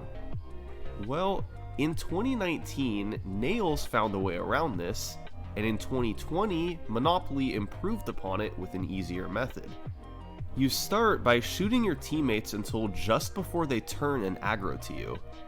You then push a Marine into the corner of the tram, and as he rides away, you follow him. By spamming melee, he'll become an enemy and you can cling to him as the tram passes through the door. That's pretty fucking cool. Once the barrier disappears, you're free to move forward through the rest of the level. This saves 45 seconds as you don't have to play the start of Cairo, but it comes with a catch. Your teammates will try to kill you for the remainder of the level. This isn't too problematic on easy mode, but on legendary, your teammates kill you fast.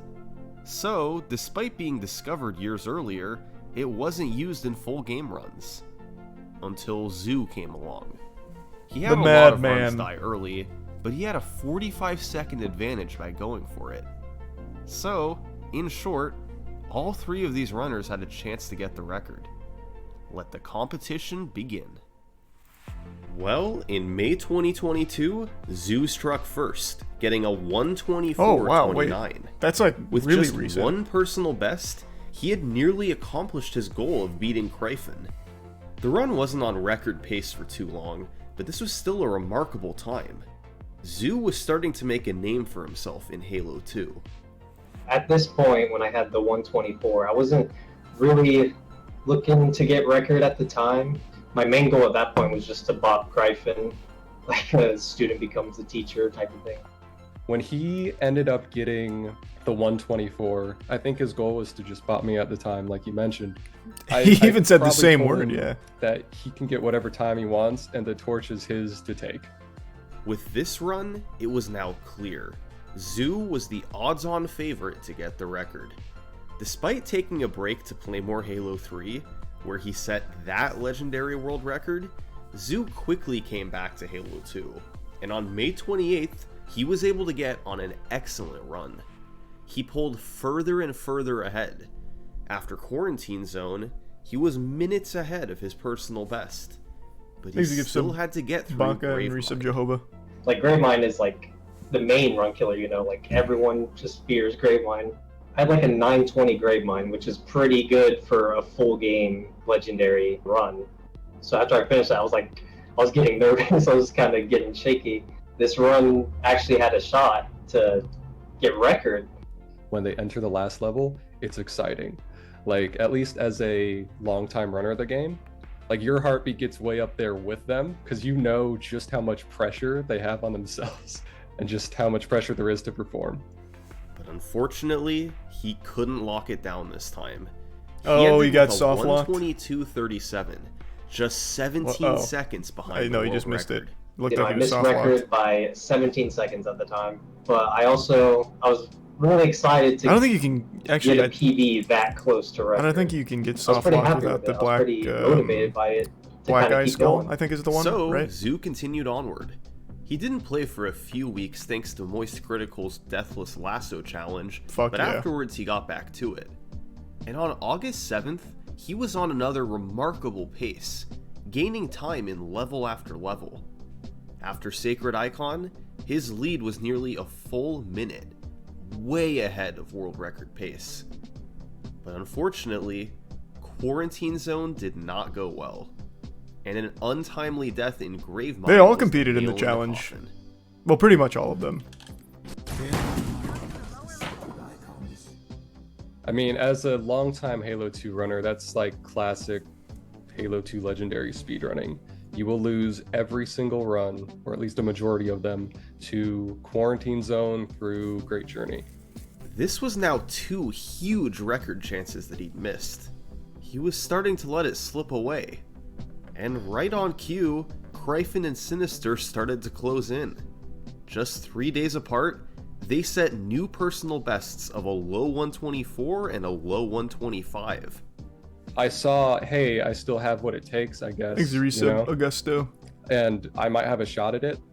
I was still like kind of motivated to grind it, but yeah, I was like losing hope a little bit. A couple more weeks passed, with nothing from Zoo. But finally, he was able to get on another good run. He started with Tram Skip, then kept it close over the following levels. Oracle and Regret were both solid, and he ended up with a gold split on Cr1tikal. Things were looking pretty good. Twig in MRP. He was getting into Gravemind at a pretty good time, actually. You know, you look at his run, he says, here it comes as soon as the Gravemind load happens. Alright, here it comes. Pray for me. Gravemind was okay, with 5 deaths, but he followed it up with 2 more really good splits. Through it all, Zoo wound up being ahead going into Great Journey, a level where he had even more time to save.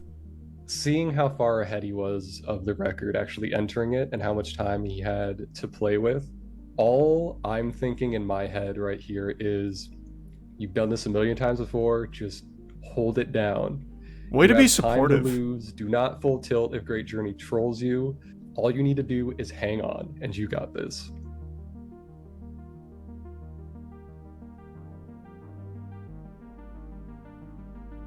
It wasn't the best, it wasn't the cleanest, but it was good enough to pull out the record.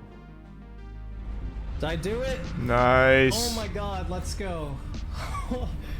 Barely a 121 as well. Oh, I don't feel pressure when More so than speedrunning, anything, but I finally speedrun the dog record, I was shit just games. relieved. Like actual dog He shit. had finally broken That no through one the cares barrier. about. He had finally taken his first record, and the sky's the limit at this point, you know? All he has to do now is go wherever he wants to. Zoo had the record, but he admitted in the description that he didn't expect to hang on to it for long. Rocats was still around, and Cryphon and Sinister weren't far behind. So, despite having accomplished his goal, he continued to do runs. And to shake things up a bit, he decided to start going for a new, incredibly risky strategy in Regret: the gondola launch. Yeah, that's such a cool launch. You start by getting on the first gondola at the start of Regret. While on it, you can deload the Phantom by repeatedly meleeing. This delays the checkpoint, which in turn deletes the Phantom when it reaches the middle platform. As a byproduct of all this, a timer starts on the second gondola, and when it runs out, it'll travel back to the start. Once you get to the middle platform, you push the button and finish killing the enemies. This acts as a trigger to send the second gondola forward. So the second gondola now has 2 commands, one to send it back and one to send it forward. And if these commands overlap within a roughly 1 second window, the game doesn't know what to do. So it deloads the gondola entirely. It's not an easy and trick. The strange result of this, if you're standing on the gondola, you'll get launched through the air. Nails figured out how to do this back in 2018, but for years it was considered too risky to do in legendary runs. You save a good 30 to 40 seconds by not having to wait to do the sword fly, but missing it costs nearly 2 minutes. Risky as it was, Zoo decided it was time to try implementing it in his runs. It would undoubtedly cause more runs to die at Regret, but the 40 Which second sucks, is that's time save 30 was minutes too good to wasted. pass up. It could lead to some crazy paces. Well, on September 26th, Zoo got on a run with the gondola launch. It pushed him over a minute ahead of the world record. This was a fantastic opportunity. But it got even more serious when he got a gold split on Gravemind, the fastest he had ever done it in a run. With just 3 levels to go, that was a really he great was 2 minutes ahead of the record. This was a chance for a sub 120, a time that seemed unthinkable to Zoo just weeks ago. All he needed was to get through 3 more levels. He just had to close it out. And well, here's how it went. In High Charity, he tried to lure the Flood over so he could do High Charity skip. No shot he blows High Charity and skip. had to revert. He succeeded on the second try, but accidentally pushed Oh him off no, the ledge. he's fucking up High Charity! His time loss is hurt, yet he still retained a minute lead. But Great Journey was even worse. He died 3 times, including twice while driving the Spectre. No! He still finished the run off as a world record, but it was nowhere near what it could have been. This was starting to become a habit for Zoo. He was getting crazy paces late into runs, and things went wrong in the final couple levels to derail it. But this run did make one thing clear. Sub 120 yep. was now the ultimate goal for Halo 2. Zoo had been on pace for it. Now, he just needed a clean ending. Thanks to the resub, Edgar. Well, a and the few Prime weeks later, Oberon. he got on a run that fell behind in the middle levels. He had to revert to the last checkpoint 5 times in regret, despite getting the gondola launch. He also had a slower ending to Cr1tikal, and couldn't match the gold split in Gravemind of his last run. Zoo was running against balanced splits that he had made, but in reality, he was about 45 seconds behind the record going into High Charity. But he knew he could save that time in the final 2 levels. And despite dying once in High Charity, he managed to save over a minute in the end to get the record. The final time was 1:20:56. A solid record, but now it had the opposite problem. A weak middle game with a really strong ending. In order to get the ending's this the main one that matters. You're always going to get good middles at this level. From start to finish. But Zoo wasn't discouraged. He's too good to fuck up. More determined than ever to get the sub 120. And the very next day after this 1:20:56, this happened. Wait, October 15th. I was feeling very good about it from the very start because I got my Cr1 was a 440, and that was individual level record for Cr1. So right off the bat, I was like motivated to keep it going. Got a decent regret this time. Got the time save, or a lot of the time save I needed for that mission. When he built up this big time pool into Gravemind, you're kind of like, you don't want to set your expectations too high, but then he got a really good Gravemind. I think it was like a 905. That's just insane. So he's suddenly on this incredibly sick pace, and you're just hoping that it survives. At that point, I was getting nervous again. I was letting the nerves starting to get to me. 12 levels into the run, Zoo had amassed a 1 minute and 23 second lead. No shot he dies in Great Journey again. That's a fluke dying there. And a 119. That's an act of God. There was still so much that could go wrong. Nah. At this point, when he entered Great Journey's free that far ahead, I was super nervous for him.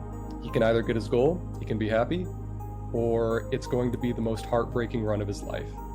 Having done some of those runs myself, I know it's not over until the final cutscene plays on Great Journey, and unfortunately, that's kind of how this run played out. Oh no! Not again, Zoo! Not again! Your heart sinks, and it's just tragic to watch. Despite the deaths, the run still finished as a world record.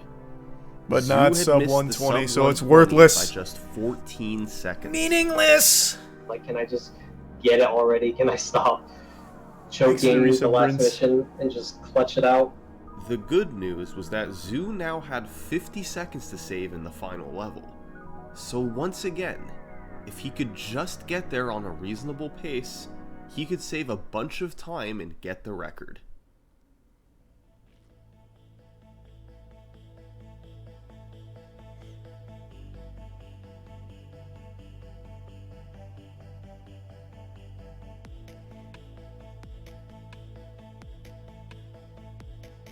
I've got a good feeling about November 3rd here. 58-25 split out of QZ, Quarantine Zone.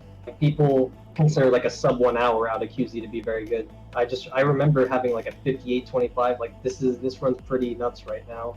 This one could be it. It could be the one. As long as he can stay close to his PB, he knows he's got a ton of time to save in Great Journey, almost a minute in fact. And Great Journey's this free. Run was shaping up just for that. You never fuck up Great Journey 4 times. I was 10 seconds behind going into Great Journey, but I had a minute of time save. There's so much time to save. This run should definitely be it. On top of that, I was streaming, so I was like excited to get the sub 120 in front of everyone watching. And he did it. Oh yeah, it's a good sword fly. Oh, he nailed it. This is easy sub 120. In the final boss, there's some reinforcement waves that happen when you're killing the final boss based on when he gets to a certain health threshold. Now, normally, they don't really matter, and you can get the final boss dead with the Johnson glitch. No way. Once you kill the final boss, there is about 10 seconds before the level actually ends. And during that time, all the enemies and all your teammates, like, they're still active. They're still fighting out there. And if you're caught in the crossfire, you can easily die and just revert back to the very start of the fight.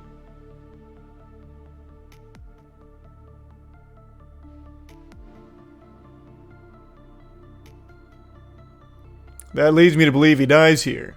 That's so sad. What an awful way of losing it. So by the time I finally killed him, there was a brute right behind me. He punches me.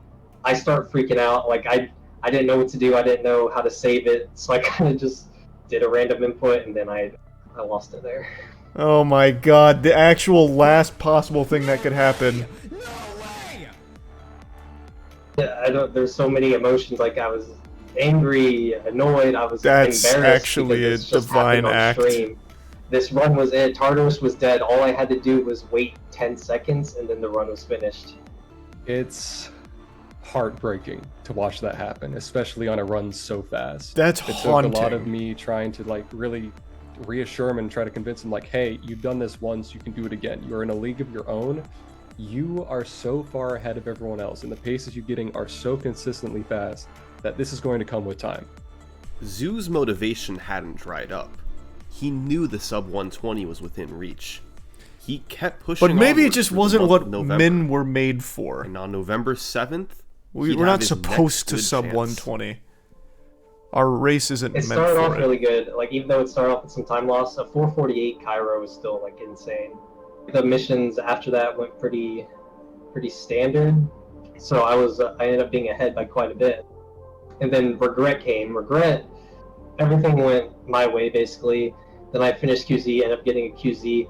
A 57-53 split is, I remember also being hyped for that. Like, that's insanely fast for Halo 2 Legendary. When I saw those splits, a run that was this fast and still gaining with time to save on Great Journey, I was blown away. This was shaping up to be one of the best Halo 2 speedruns of all time. I do High Charity Skip. I remember specifically I practiced High Charity Skip. I feel like he doesn't get it here. I don't know. This run, so I ended up this one feels like it's got a lot of negative emotions behind it. Everything was aligning. Zoo had only died 7 times, none of which were particularly costly. It all amounted to a 24-second lead going into Great Journey, where he could save no one another fucks up huge chunk of time. Great Journey 5 times. Pressure was on. My mindset with this run, like, as if I'm ahead at all going into Great Journey, then, like, I have this in the bag. I should have this in the bag. When he got to Great Journey, I am without a doubt certain that he was incredibly nervous. As I progressed, everything seemed to go my way completely. Okay, so the end fight, these Johnsons, the Johnsons were like in some sort of conga line. The Johnson behind the first one wouldn't shoot at Tartarus because he was shooting his own teammate. Johnson didn't shoot at all. So that kind of prolonged the fight. Like, it was taking a while for Tartarus to die. So that gave the brute reinforcements, giving the brute reinforcements time to get on the platform and kill me. But no shot. Happen. Yeah, huge. Finally, holy fuck! What he's doing right there, I don't know if he explained it. What you can do in this game is if you bury your head into a wall, it puts your hitbox into the wall a little bit, so the enemies don't think you're there. The AI doesn't know that you're there anymore, so they de-aggro basically.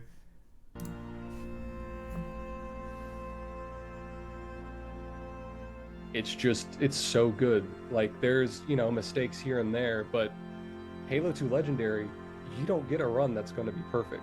This had so few deaths, so few mistakes, so little trolls by RNG, that the time is just incredible. But easily beatable. In fact, I did it the next day. This was like one of the only times on my first try. I felt happy with the PB, Like, I felt satisfied. Like, this is actually a good run. So I was happy. Like, happy for the first time with the PvE with the run. It was such a good run. I finally considered a run to be good. To this day, Zoo's 119 remains on top of the leaderboard. There's been a recent push to break the record, thanks to a $3,000 bounty placed by Eki. Damn. In the first few months of He must 2023, Cr1tikal, yeah, he must really Sinister, fucking hate that and record. Nails have all improved their times. But Zoo's world record still stands above them. 5 years ago, world record runs used to not be saved. The game was an afterthought compared to Halo 2 Classic. Now, Halo 2 Anniversary has a thriving community, with a world record that reflects that. And as solid as it is, there's no doubt that competition will drive it far lower in the years to come. Yeah, I feel like there's still so This much has been the optimization that history can of happen. Halo 2 world records. I Thanks think for that gets sub 118 at some point.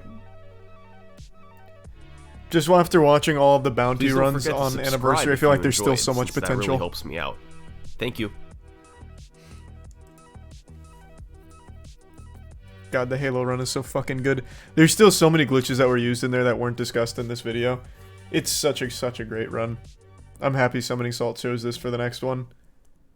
It's such a fucking good run.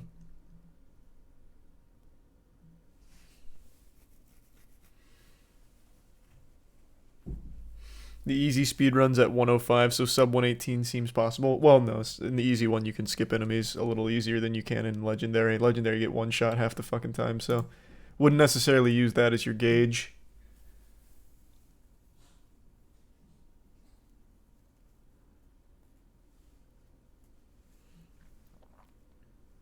Thanks the resub swerving.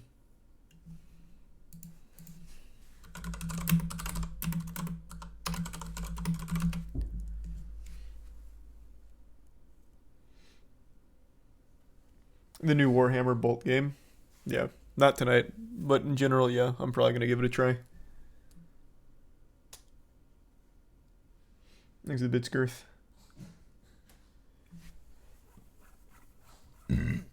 Check the world record. Well, it's still 119, man. This video was posted yesterday. Hasn't changed. Or 3 days ago. Hasn't changed. And it won't for a while. You'd have to find some crazy new glitches in order to get it down, unless you're just like one of the best runners in the game who gets a crazy pace. Any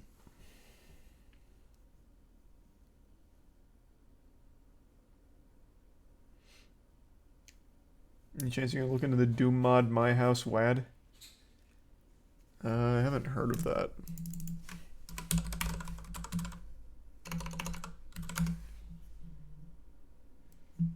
Sean just played it.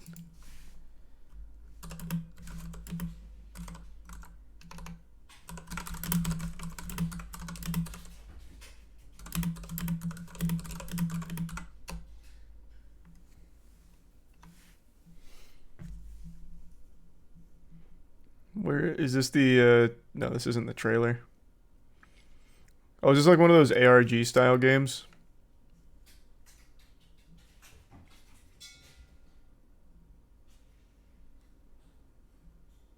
That must be the case. With a 10-minute runtime, myhouse.wad, WAD being the file format for Doom maps and mods, was ready to download for anyone to play for themselves. Making maps of your house was all the rage back in the day, but I feel like this is a pretty adorable and detailed tribute to my friend, and a great way to share something of him with the community. I see. I get what it is. Maybe I'll try it. Not tonight, though. I'll put it in the tab.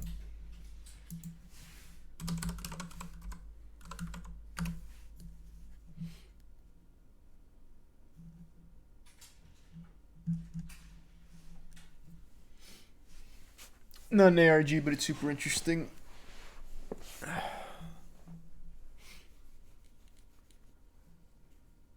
Thanks the resub sim. This mod is just wow. Watched the whole video and it impacted my life like crazy. I think about it daily since I watched the vid.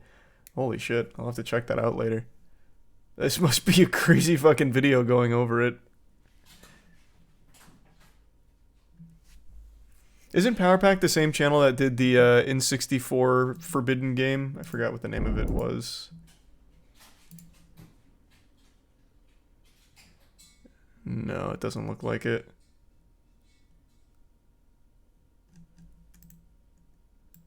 Some people are saying yes. Well, where is it?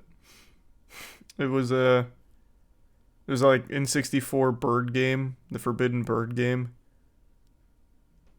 Doesn't look like it was him that did it. But I'll definitely have to check this video out later.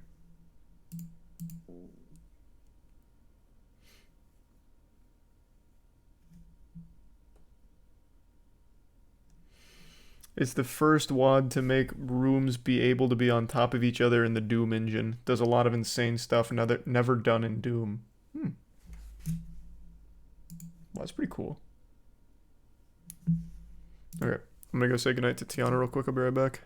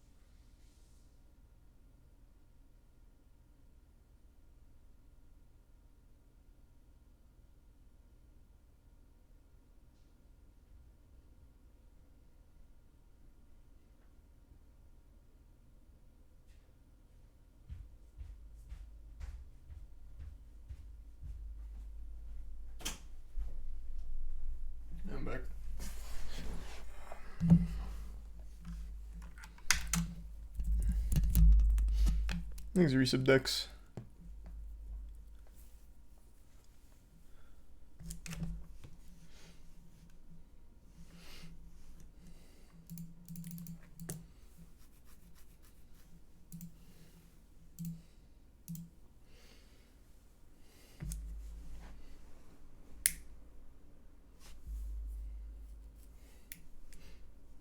Yeah, no, like I said, I'll look it up, maybe play it. Sounds cool. Apparently changed one guy's life forever, so that's interesting.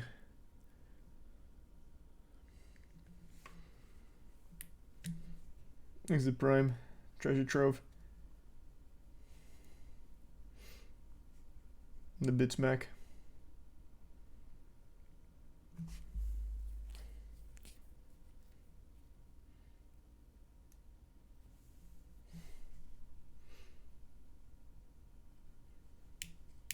Should play it instead of watching the lore on it. It's more interesting to discover everything yourself. Takes 2 to 3 hours for most people to do everything. I don't know, the video seems like it'd probably have everything, because what if I miss shit?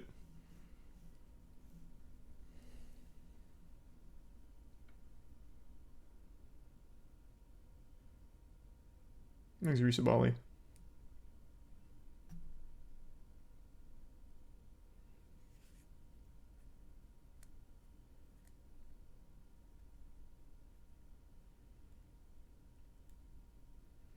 Just go in blind.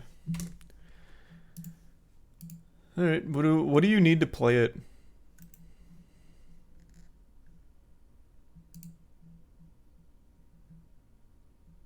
Is it just like a self-contained download and installer?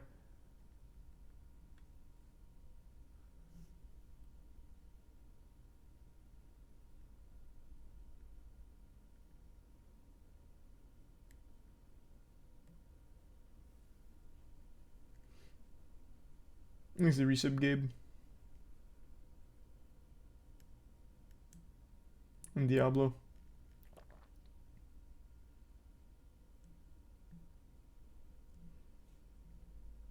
You need Doom 2 WAD and GZ Doom. And it doesn't come in the forum post from Doom World?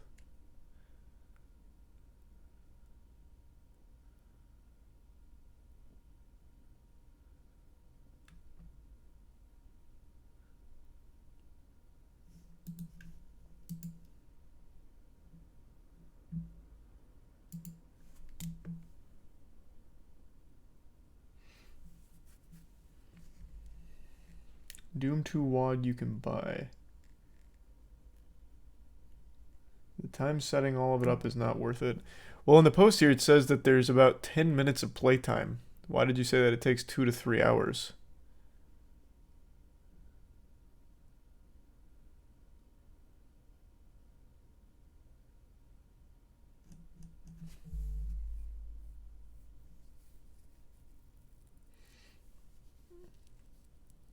The spoilers reason. Okay, well, I'll figure out what I need for it and we can try it later.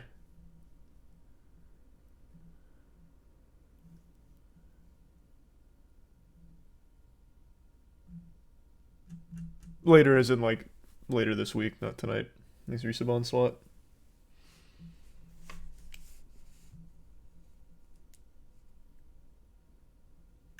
The resub cookies.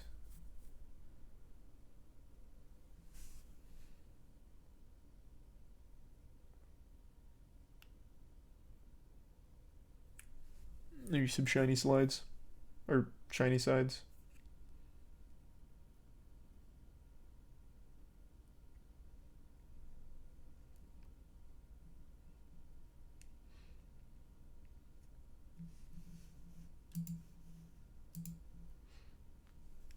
I'll go in blind. That's fine. I just can't imagine it's actually life-changing. It's a Doom mod. But I'm open to being pleasantly surprised.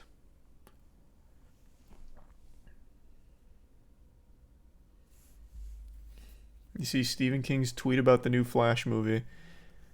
Yeah, this is another thing that I feel like this has to be some kind of like elaborate scheme.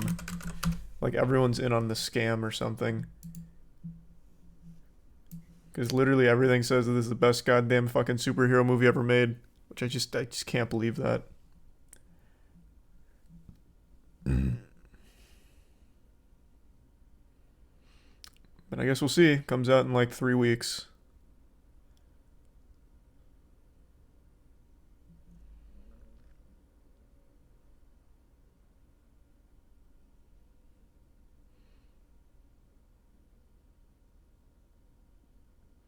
Flashpoint is one of the strongest points in DC. I get that, but like, it's not like this movie somehow transcends the problem a lot of DC movies have had with bad CGI. Oh, they just released a new trailer.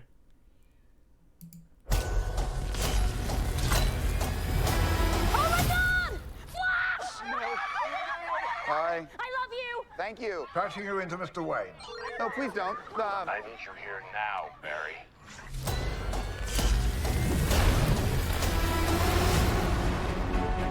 So you're saying you could travel back in time? But Bruce, I can fix things. I can save people. I can save my mom. I can save your parents. Probably kidnapped those kids. Everything. True. Classic Ezra Miller. Love you, Mom. I love you too. So how was it this week? How's school? School was good. Oh, This is mad trippy. Dude, this is catastrophic. this world must die.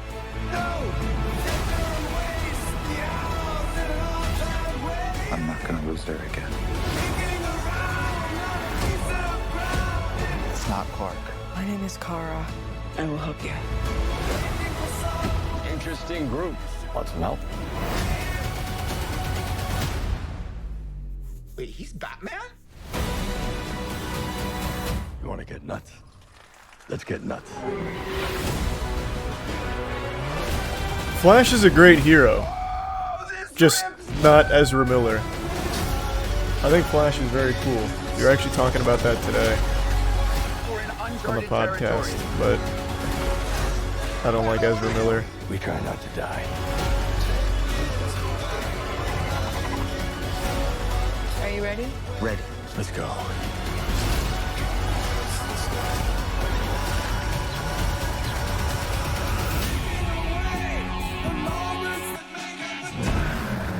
You have fancy friends. No, it was an Uber. Oh, exec. I mean, I'm open to being surprised at it being good. I don't see how it could be nearly as good as people are saying from the test screenings.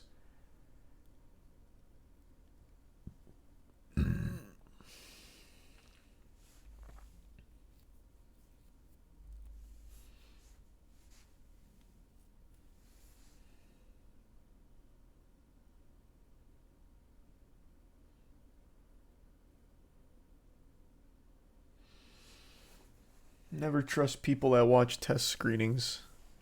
Yeah, but I mean, even with test screenings, they all said Aquaman 2 fucking sucks.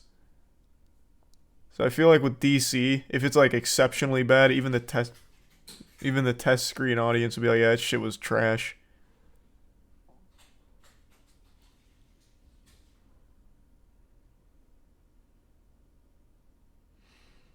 Didn't the new Indiana Jones movie get a standing ovation? Don't know where you read that. I've read nothing but negative things about the new Indiana Jones movie.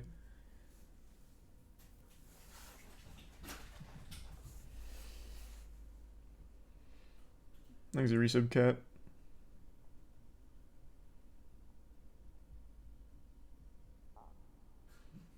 It did, and apparently it sucks ass. Oh. Cool.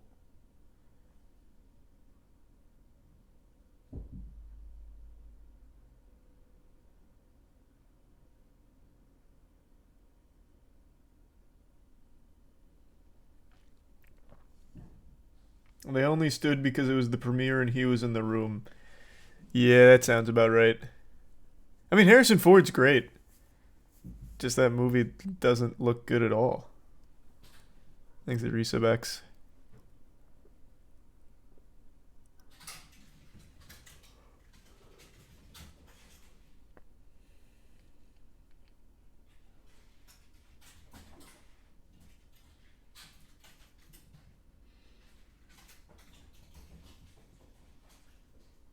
Thanks to the Resub Shoelace.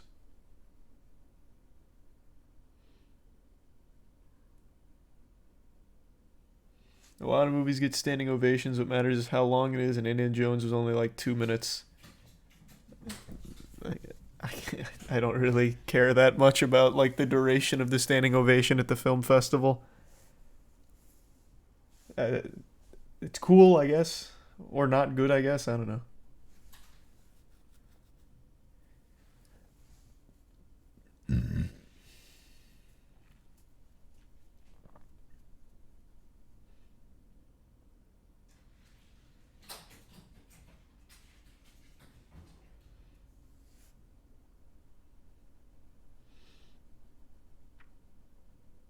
Do you think Blue Beetle will be good?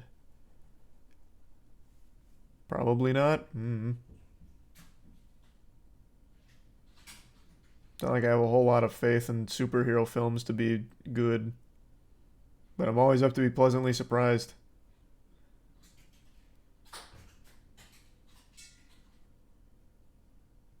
You're competing in the Master Duel World Championship. Is there wait, there's a Master Duel World Championship right now?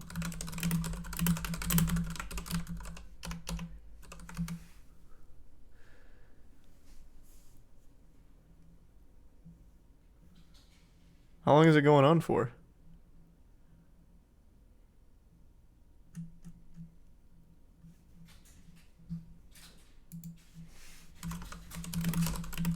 Let's see.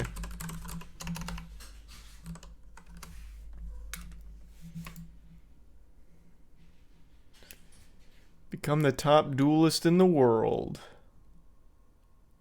So they have it for Duel Links. They do every year. I competed in that last year or the year before. I can't remember. I already forgot. And then the normal YCS and Master Duel.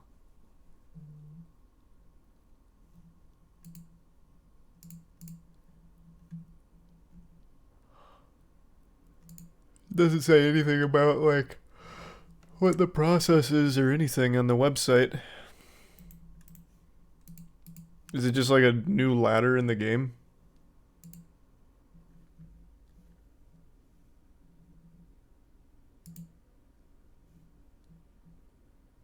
If you keep winning in first stage, your duel level will increase. If you suffer more defeats, your duel level will drop. Those before DL4 will increase. Okay, it's kind of the same as Duel Links.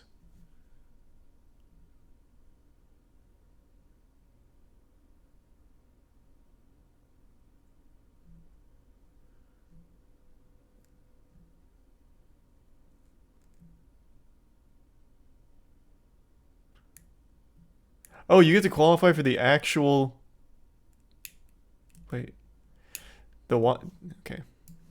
We'll read it together. The WCS 2023 finals will be held in Japan as an offline event on August 5th and 6th. That's worthless for me. I'm not flying to Japan. There'll be a team battle with duelists competing in groups of 3. What the fuck?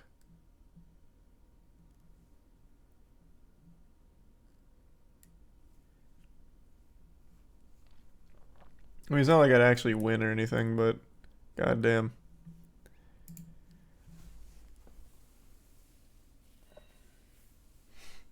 That's cool.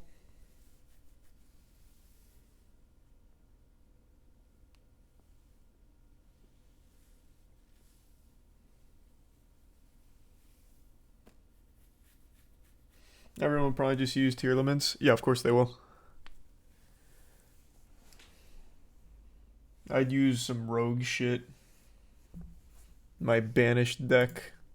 See how far that goes. But it's kind of worthless if it's going to be an in-person event. Even if I somehow did pull it off, I'm not going.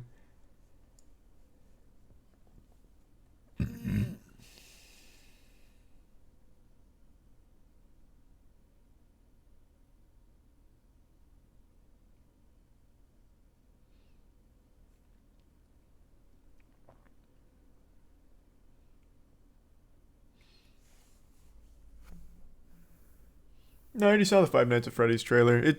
It'll probably be fun bad, I imagine.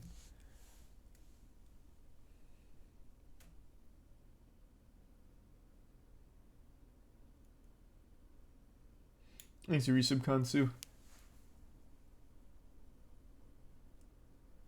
And the resub Upholstergeist.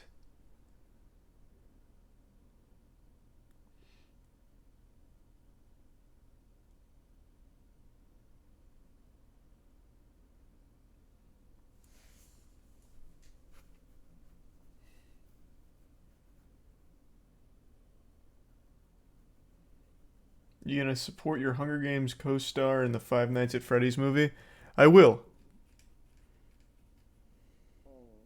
I'm gonna see it. I'm not expecting much. But it should be fun bad, I'm thinking.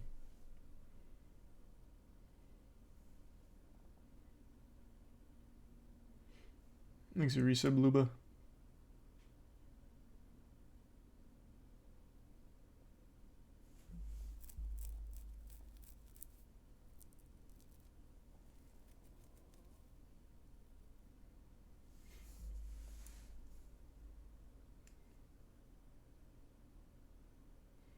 Did you ever play Dungeon Dice Monsters? On the PlayStation 2? Yes.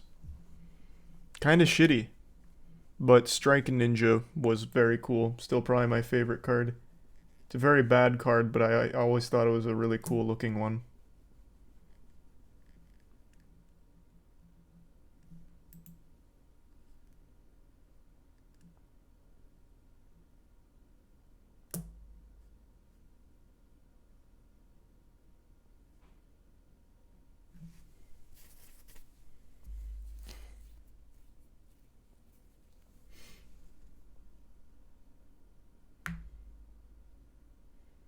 Yeah, we'll be watching the PlayStation Showcase tomorrow. Well, today, I guess, since it's midnight.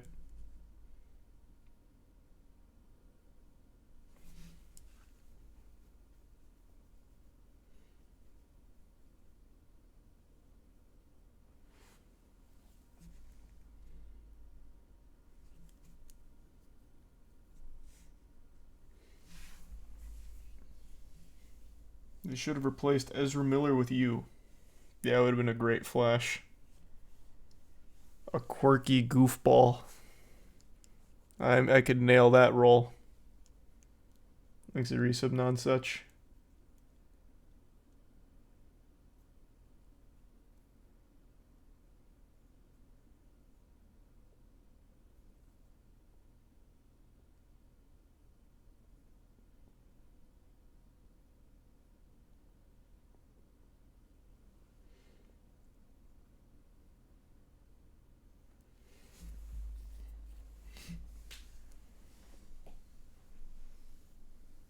Have you seen The Butcher on History Channel? Yes! Well, I haven't seen a full episode, but I've seen, like, bits and pieces. You see the guy who tried to crash a truck into the White House? Only briefly.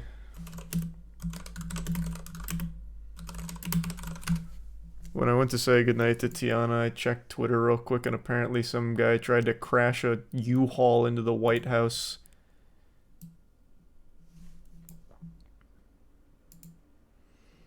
So he, like, hit the barrier with it.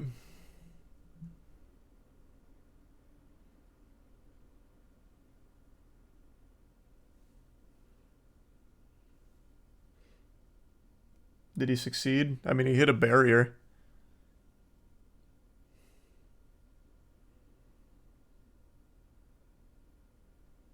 He said he did it to take over the government and kill Joe Biden. Let me see, let me read about it. He was seeking to harm the president. It's right there in the first paragraph. Threatening to kill, kidnap, inflict harm on the president, vice president, or family member. President Joe Biden was in the White House when the truck crashed outside. He's lucky Joe didn't hear it, because he wouldn't have lived to see another day. Joe Biden would have swooped out there, ice cream cone in hand, and took him down. He's relieved that no one was injured last night and grateful to the agent and law enforcement officer who responded so quickly.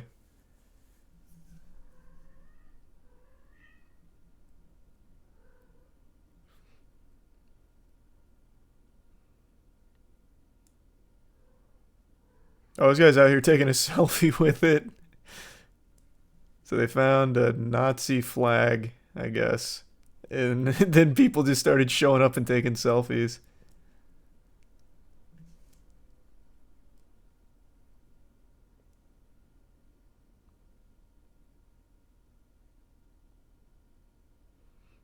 Interesting.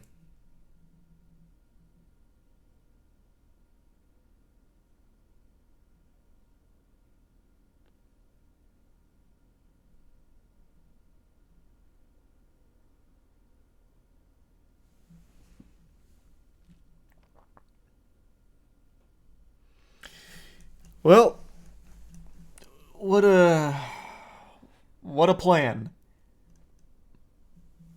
Kid was 19.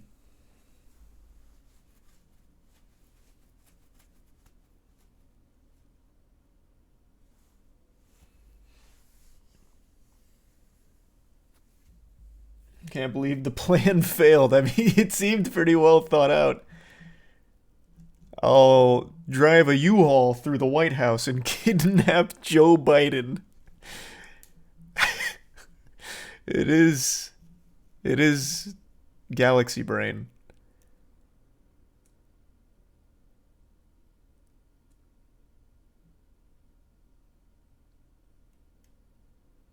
Thanks to the resub, Quick and Easter.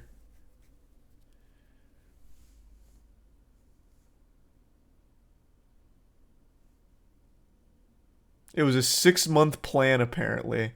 No, I believe that. He probably had like blueprints of the White House and everything with all kinds of arrows drawn, like a corkboard with different thumbtacks going to different places. Yeah, no, I believe it.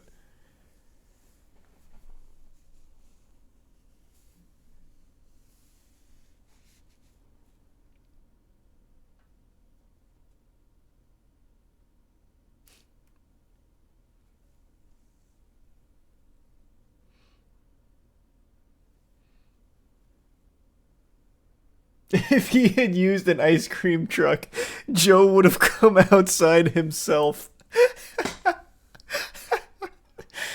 Yeah, true, 6 months and he didn't come up with the ice cream truck gambit? Oh, God. You should have been in the room with him. You could have steered him for a better plan. Oh, my God, it was right there in front of us the whole time. What an idiot.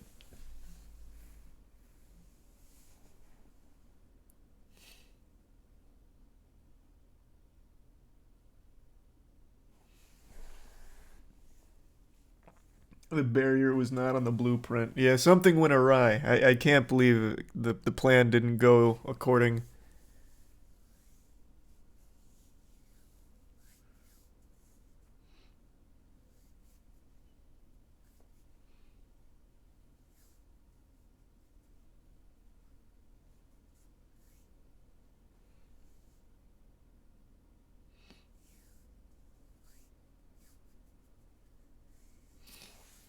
What's The Machine?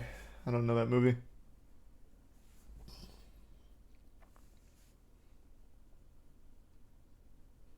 Yeah, no, Mortal Kombat 1 trailer was great. Thanks to resub. Hernando and Lukey. Brent Kreischer movie. Oh.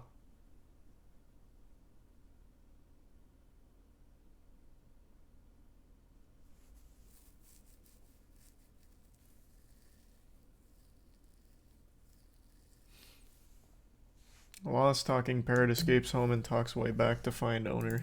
Okay.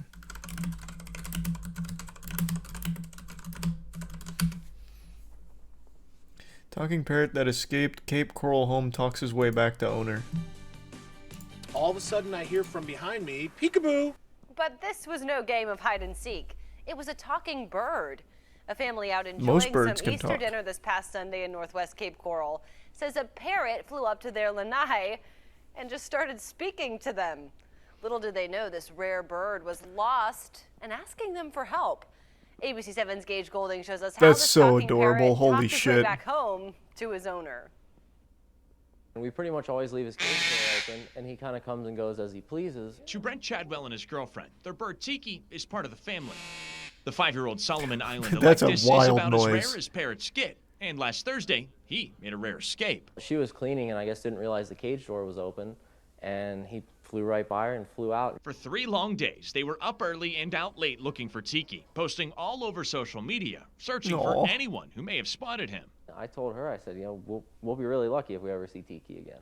Call it their lucky day then. While the family was sitting out on their lanai enjoying a little drink after Easter dinner, they heard something over their shoulder. All of a sudden, I The hear camera work is superb. peekaboo. With a cocktail in my hand, I'm thinking to myself, birds don't talk. And then I hear it again. I hear A lot of peekaboo birds again. do talk. It wasn't his nieces and nephews playing games, but rather Tiki trying to grab his attention. That's definitely Tiki's way of telling him, hey, I need help. Reed's sister, a veterinarian who was in town from Houston, was able to get Tiki in the pool bathroom. That's when they posted on Facebook asking if anyone lost their pet parrot.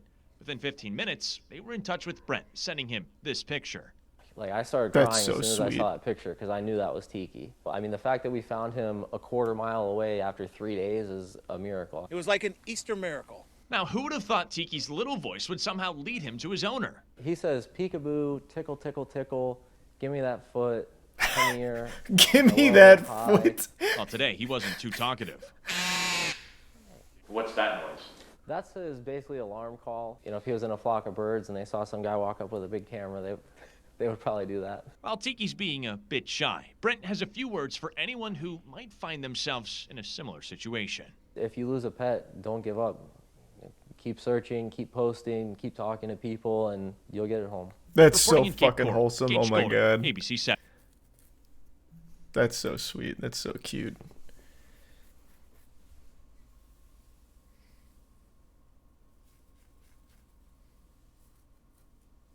Moral of the story, teach your pets to talk.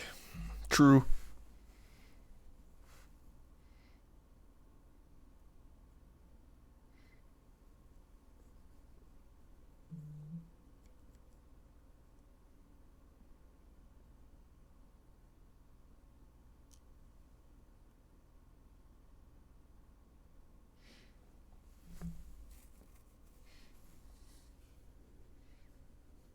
Yeah, parrots are super smart.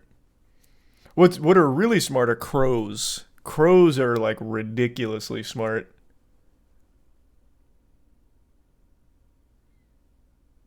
There's Arisa Machiavelli and Mystic and Zyri.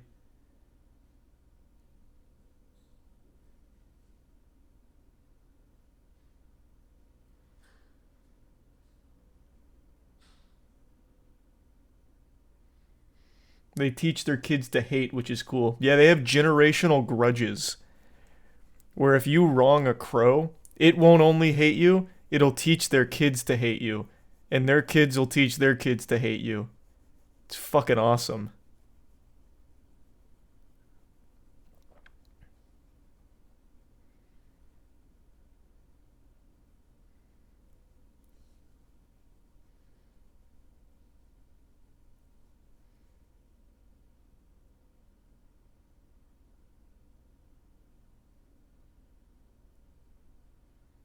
I don't know, Scoots.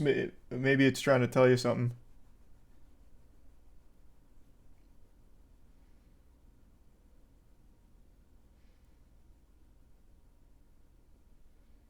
Thanks a prime, Marco.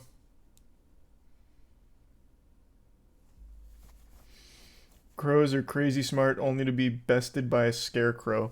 Do scarecrows even work? I feel like that's just like an old-timey myth that people keep up out of tradition now. I can't imagine that actually keeps them out of the field.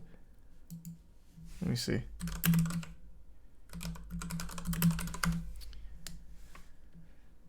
Stationary scarecrows may keep the crows away for a short period of time, but they quickly become used to them. Moving the scarecrows around every few days does help, but this can be labor intensive. Modern scarecrows use technology to keep the birds away. What technology does it use? Tear gas or something? What do you mean? An annoying noise for it?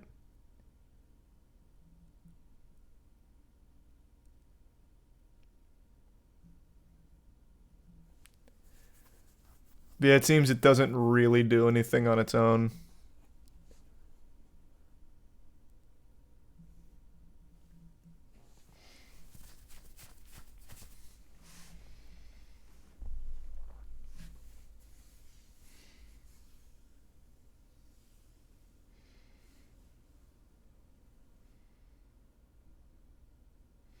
Pretty sure crows can talk too, can't they? Yeah. They can also smoke joints.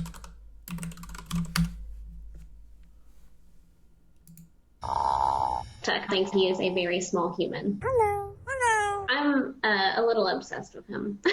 Hi, Tuck. Hi, Tuck. That's so cute. I'm Macy with the American Eagle Foundation, and this is Tuck's story for GeoBeats. I never thought I would have a special bond with a crow. There's some shadow in the bit It's Spartan. very overwhelming and amazing whenever I think about it. Hi, Tuck. Hi, Tuck. Yeah. Tuck can mimic a few words. We didn't really have to train him in that. It's just something that people would say to him every day. Hello. Hello. Are you Tuck? And then whenever he really wants attention and we're not giving it to him right then and there, he will say, what? What? Which means he's aggravated with us. There's a bullfrog that hangs outside, and he has picked up on that, where he will just mimic the bullfrog from time to time. That's so fucking cool. Yeah, crows are awesome.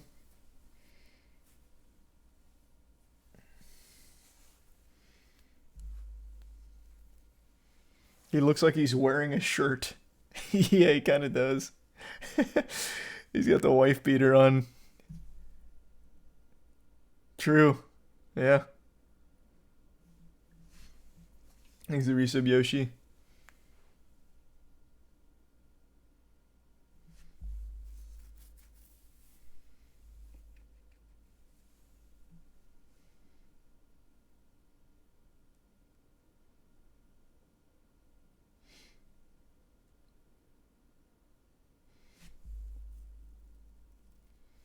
If you feed crows long enough, they bring you gifts. Oh yeah, I'm pretty sure we watched the video on why crows do that. And the explanation is literally they start learning, like, if they bring you something, they get something. Which is cool. Thanks a bit, Spartan. And the resub. Sad kitty.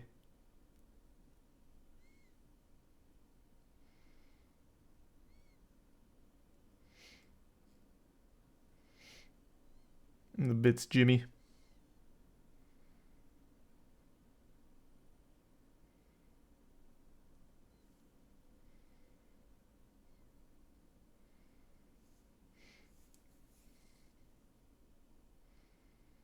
I work at a theater and I had someone come up to me and say, Guardians was too confusing, I want a refund. What? Is that something you offer? Like, if you're too stupid to understand the movie, we'll give you your money back? What is that plan? I watched this whole movie and I didn't get it. Where's my money back?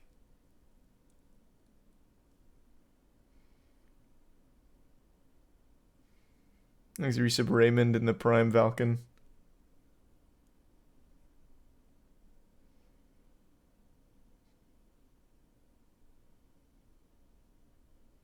How the fuck was Guardians confusing? I don't know, man. If you're getting confused by a Marvel movie, you got to take a real hard look in a mirror. That's like a sit down and think kind of moment.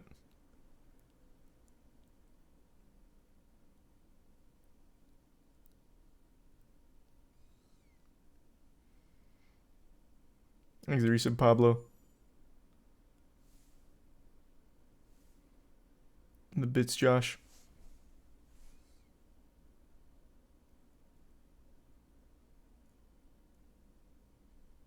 And Tier 1 Spartan.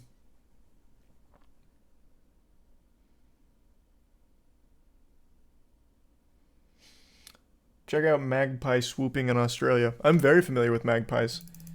Jackson's talked about them before, so I've looked it up. They fucking go hog wild. Oh, this is also where the meme comes from, by the way. I'm sure you've seen this on Twitter from time to time. This is a magpie just really attacking this poor kid. They're mean motherfuckers.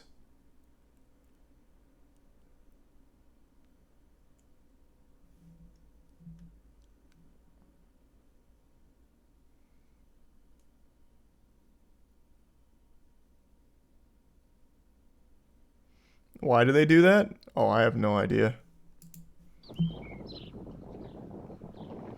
I don't know. I guess like just the changing of the season makes them real confident. Like, hey, we can beat these humans. Ballarat skipped and rail trail on a to get there are oh, oh shit, 2. What the is this about, Rick? Whoa! Do we name these birds? B1 and B2?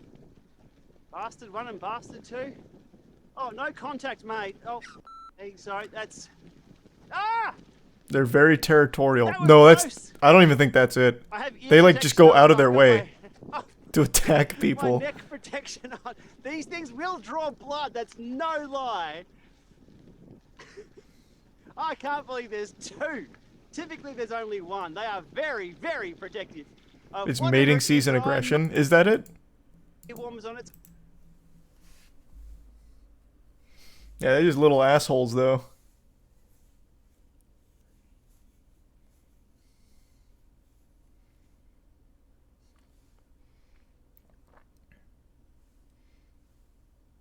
Thanks, Risa, Mets fan and Phantom.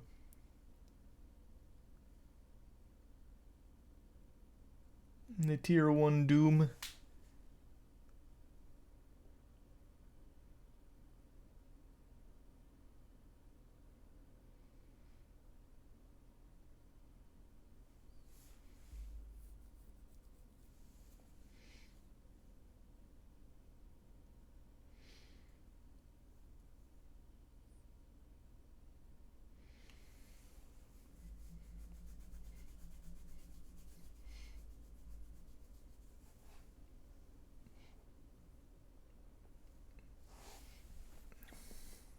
Have you watched the play? Oh, are you going to watch the PlayStation Showcase? Yeah.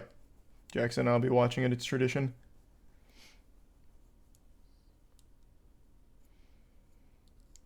The movie The Birds is crazy. What? The fuck is that? Hey, sleep well, Spartan, thanks. Appreciate it.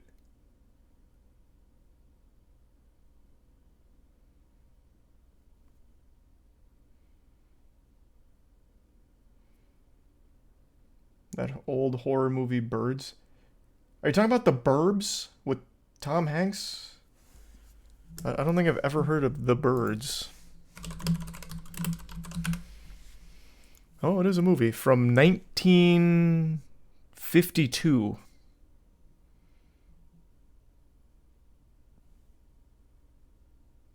It's a Hitchcock movie. Huh. Oh, 1963 is the Hitchcock movie.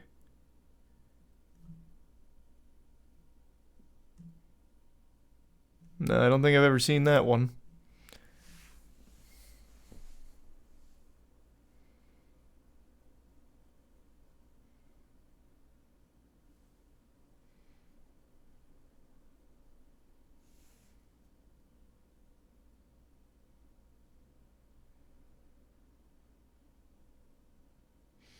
Which director is your favorite? I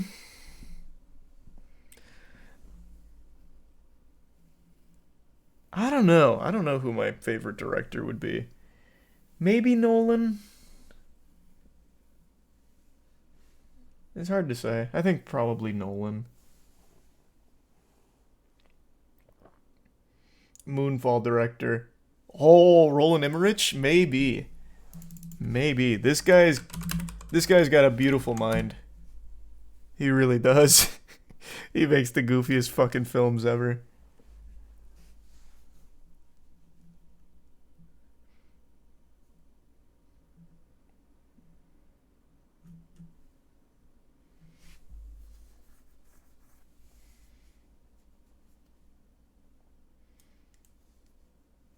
He's only made like 2 actually good movies. I know.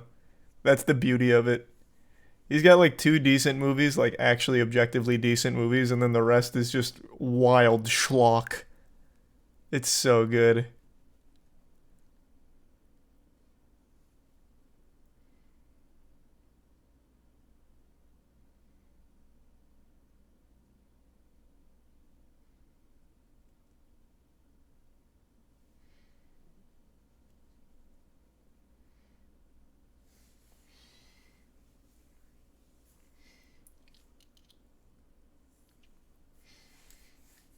Was that Batman Forever? Did he direct Batman Forever? I don't know. He's mainly known for Independence Day and then all the disaster movies ever made. Let me see.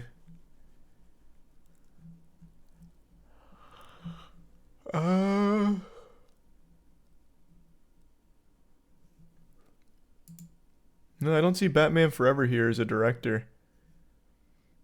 Maybe a producer? Let's see. Nope, not even a producer.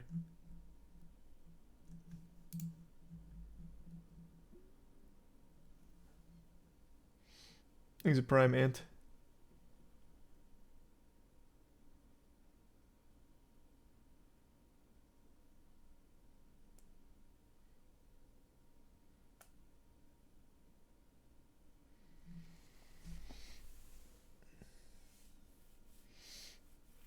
He did the 1998 Godzilla movie. Roland? Yeah, he did. I vaguely remember this movie. We had the VHS tape and it had Godzilla's foot on it and I thought it was so cool. This movie.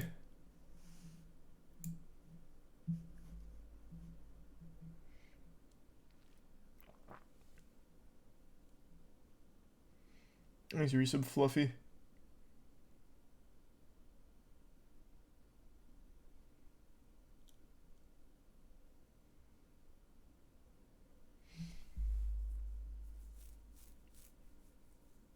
You hear LeBron might retire? I mean, he's 38 years old. I'm sure it's something he's definitely considering. And if he ever logs on Twitter, he'll be like, man, fuck you guys, I'm quitting just so I don't have to listen to this shit anymore.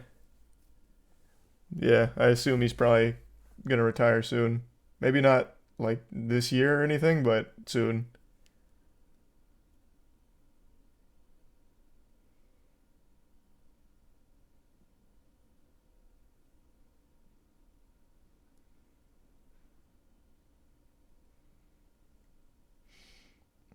Thanks, the bit's numb.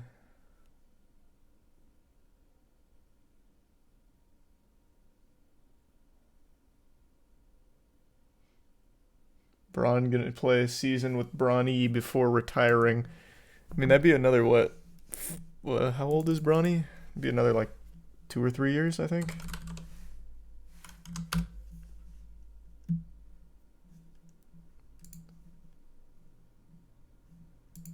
LeBron James amends stance on playing with Bronny in the NBA. Just because that's my goal doesn't mean it's his. Bronny James will be a freshman at USC. So yeah, it'd be at least 2 years. 1 year at USC. Probably going to the draft as a rookie if he's not dog shit. So he'd be in his 40s.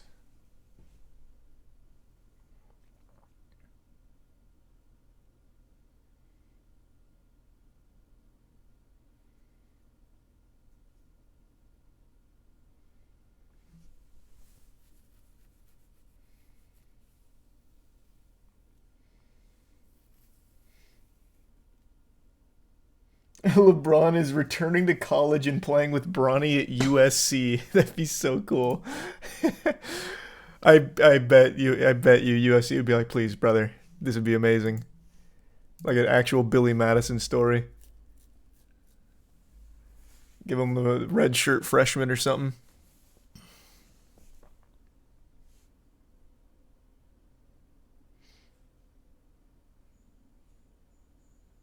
Technically, he probably can. He legitimately probably could because he didn't go to college. He got drafted out of high school. So he skipped college. He could actually, like, redshirt at USC probably if he wanted to and if the NCAA allowed it. Not the NCAA, Jesus Christ.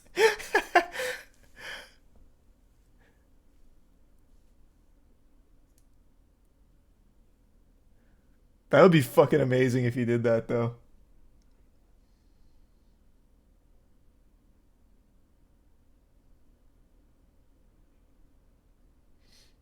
Thanks, Resub Carlos. Like Goofy and Goofy Movie 2 shows up to class and shit. God, that'd be so good. NBA waives eligibility to play in college. It's LeBron. They would rewrite every rule in the book if they could.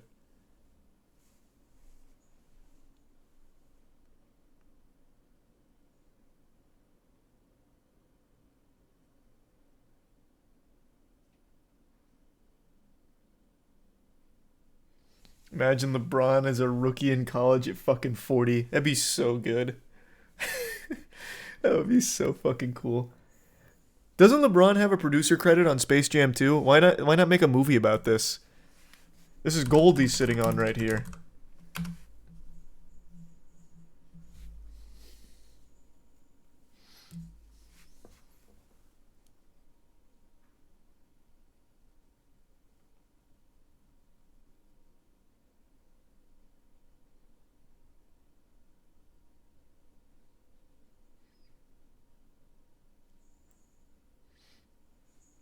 He can't act. You just can't recognize high quality thespian acting. I'm classically trained, so when I saw LeBron James in Space Jam 2, I knew I was looking at a timeless performance.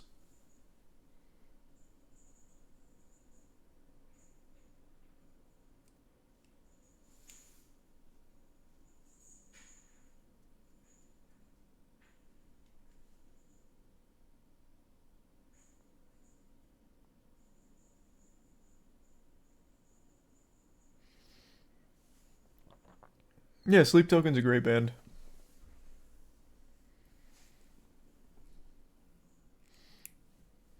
Bronny could have gone to the draft direct. I think it's always smart to at least play one season in college. I think that's just important. Even though like some of the best didn't go to college, they just went straight to the NBA, but still, I just think that's better.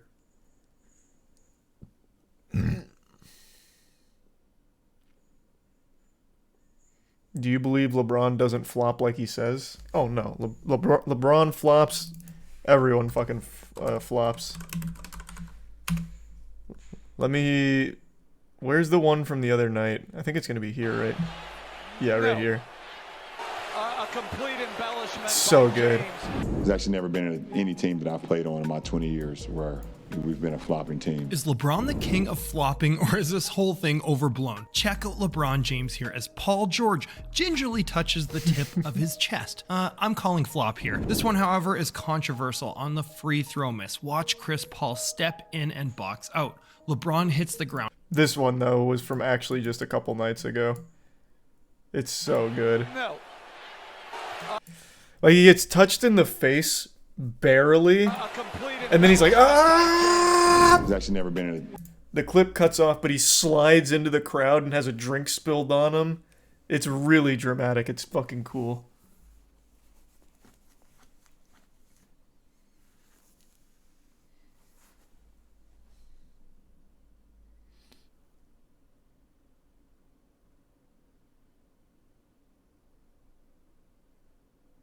Find the full clip.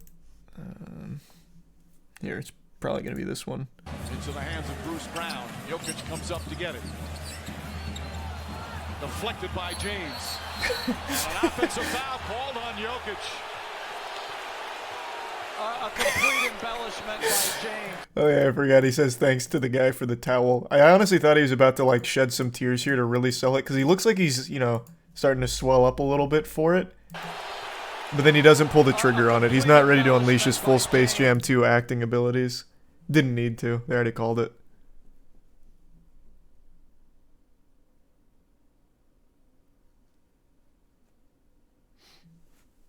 It's not just him. I mean, shit, there's so many flops in the NBA. It happens.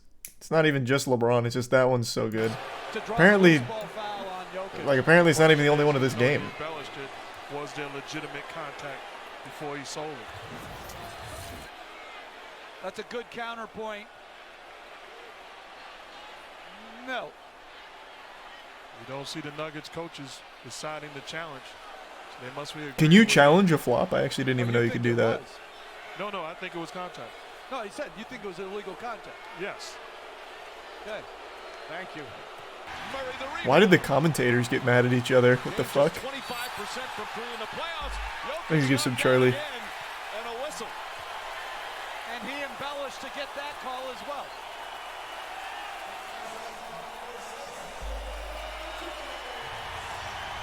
And the crowd loves it. James' second foul. Oh, the counter flop. That's big. I would not want to be a referee in 2023. I will tell you that. I agree with you. Huge. Parried. Yeah. Yeah, the anti-flop tech. Bro got out-flopped. Yeah, this one's a little... Like, I feel like the refs only called this one out of obligation for the first flop. Because, like, legitimately, this is just, like, just actually playing defense. Like, just normal defense. Like, this one's even more egregious than James, but James started it. He blew the lid off. So I think they had to call, like, a reverse flop.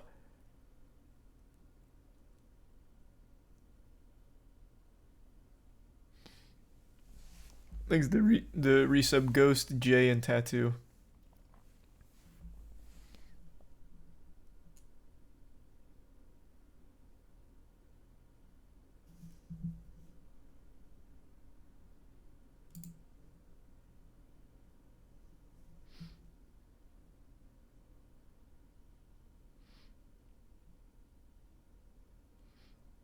Thanks for the bits, Crim. Marcus Smart is the king of flops, is he?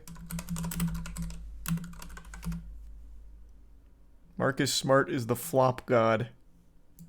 I'm the chosen one. It's in the air. Lynn off the bounce. Hangs in the air. Offensive foul.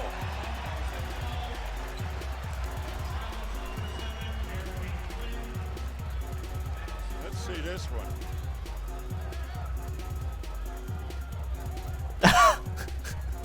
Cool.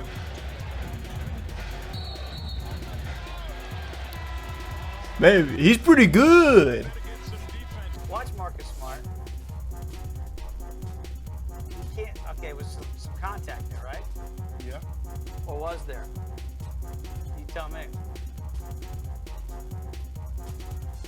I mean, there's a little bit there. What's even the point of flopping that position? I actually don't understand. You already have full possession there. Unless he just like actually lost his bounce. He's like, fuck it, I'll flop and sell it. I mean, there's a little bit there. He does like to flop. That's kind of like Just to draw the foul there? Yeah, but that's kind of a useless one there, right? I guess I don't know what the situation was with like where they were in fouls. Maybe it was worth it. That just seems like a useless one. I mean, for what they're calling today, you would think that they would call.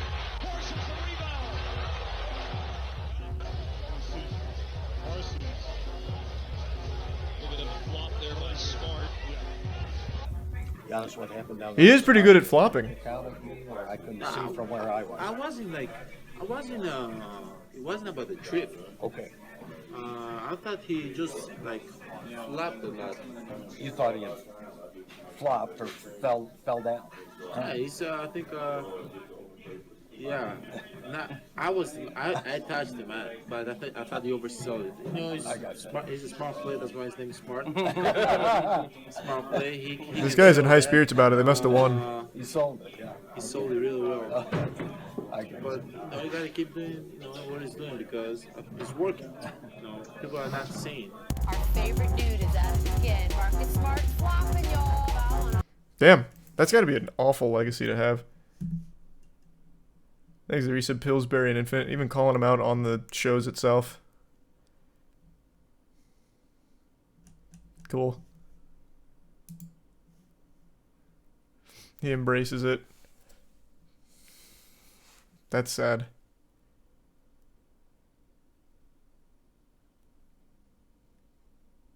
Why are we in the flop rabbit hole? Oh, we were talking about LeBron flop from the other night. Someone said Marcus Smart's like the master of it.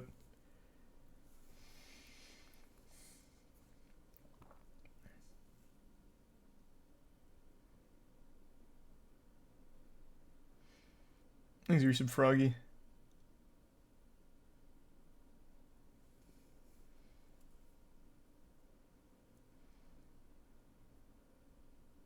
Who's your favorite player of all time? Allen Iverson. You need to see football flops? Oh, I've seen plenty. Thanks to Tier 1 Nacho. Those are just... Well, no, those are absolutely worse than NBA flops.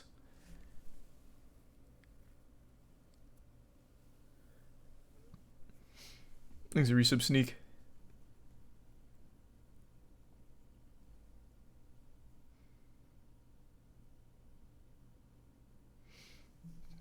Alright, fine. We'll see a couple of these. Oh, what was that? Whoa! The double charge draw. That was pretty cool. Charging against Asik, and that'll be his second. So kind of got him out of rhythm. It's almost like when he got bumped, he slapped himself in the mouth. And Stevenson slapped himself with his left hand. Complimentary pieces that are out there above the three-point line. Good call. Oh, man. To shoot the ball, No! stretch the defense out.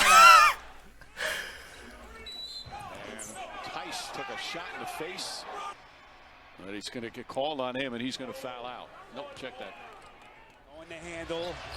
Got Bogie to bite, and he puts it down. Great shot fake to try to get back. That was a delayed one. He couldn't decide whether or not to commit to it. Weak. Move forward as a defender on a ball fake. It's 32-24. And that's all on Dante Jones. Yep. That foul right there is on Leslie Hudson. Damn, got him with that fucking push from Hunter. Christ. Get a call from the league office. Tatum behind the back. Holy shit. I give PJ Tucker. That's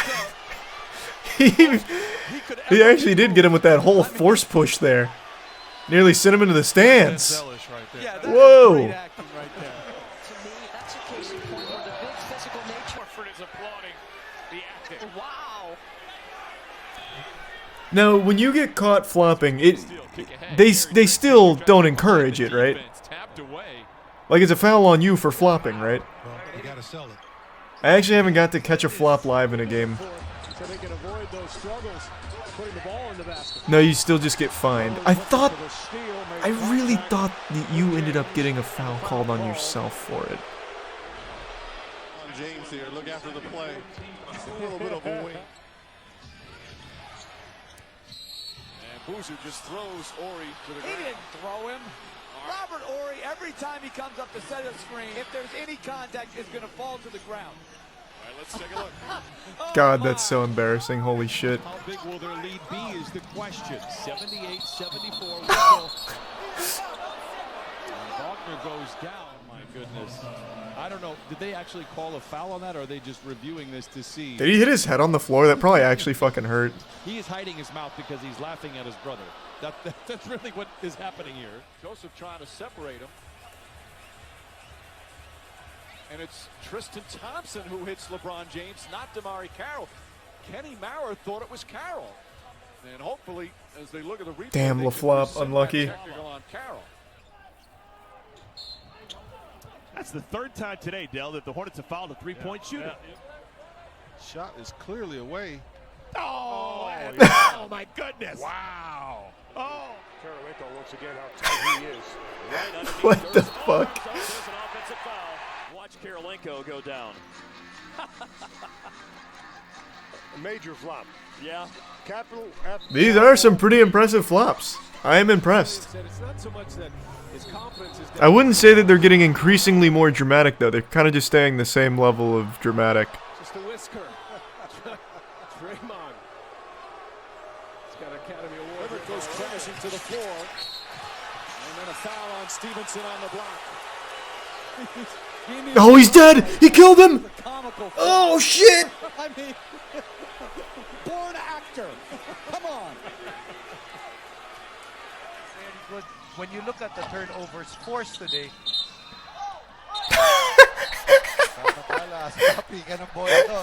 Will McDonald getting it. Was hit by Mick Pinisi. No! Concussion protocol, quick! pero tinatawag na masama lang yung signal. Nahuli lang. Oh. Oh my, what happened? Well, that's Olenek and Oh, he's still going! The aftershock! Boozer and Bosch. I don't even think he hit him. This is all about selling it, Kel. I always love that. That one's the classic flop. That's just actually textbook where it looks like you just got like headshot. This is all about selling it, Kev. That one is iconic. You've got to sell it. They sell like Triple H in the WWE. Yeah. The Academy Awards coming up. No, and Smart went Oh, flying Jesus underneath Christ, the hoop. Smart. Bruised his ribs in game 2, landed hard there. Man, this guy, you can say all you want about Smart and his flops, but one thing you can never be mad at him for is how hard he'll go for the flop. Remember, he bruised his He ribs doesn't in even cushion his fall. That's a lot of pressure on the tailbone right there. That shit definitely hurt. That absolutely hurt like a bitch. Bro did the silly salamander. True. 3-pointer flop. Yeah, absolutely. That's good. If you're gonna flop, at least hurt yourself doing it. landed hard there. 13. Foul going on Brooks, who flops to the deck.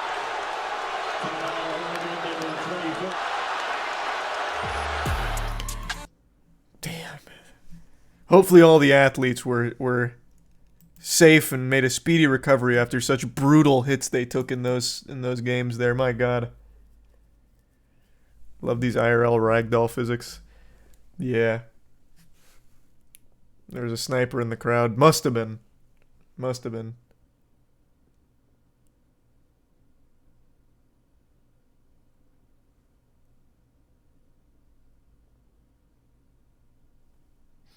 Do they practice their flops? No, one thing you actually do practice, though, is taking a charge, which is why you see in all of these flops, almost every single time, it's like a similar cushioning. So when you take a charge, it's here, you fall back, and then, like, right when you hit the ground, you, like, push yourself off to kind of, I don't know, take some of the sting out of the fall. So it's the same for flops. That's why you see them do kind of the similar thing. But I doubt they practice flopping.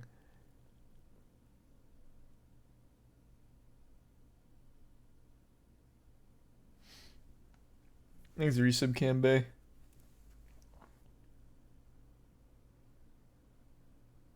Do other sports have flops? I think the only other one that's notorious for flops is soccer. I don't think there's any other sports that have flops like that.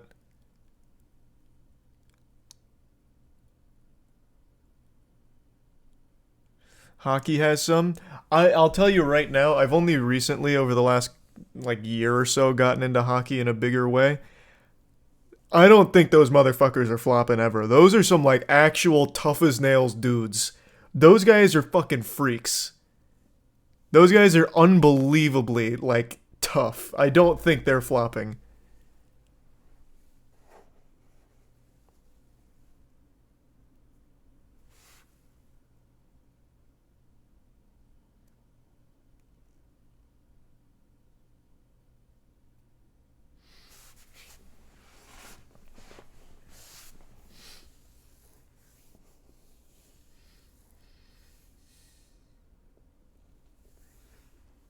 There's a penalty for diving. In hockey, is there? I didn't know that.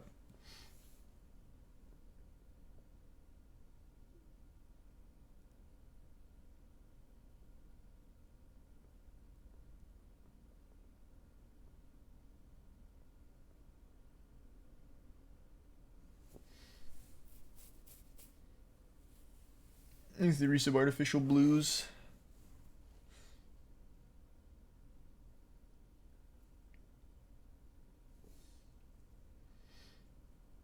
Yeah, soccer flops are great. I mean, you have this one, I'm sure all of you have seen.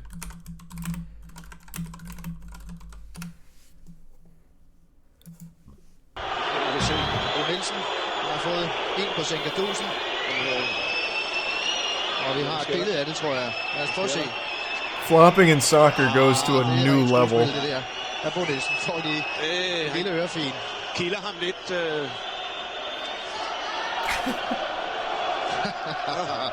Der sker det, at de kultur mig, vi har haft et par gode slagsmål op foran. Så ved jeg ikke, hvorfor en kurs.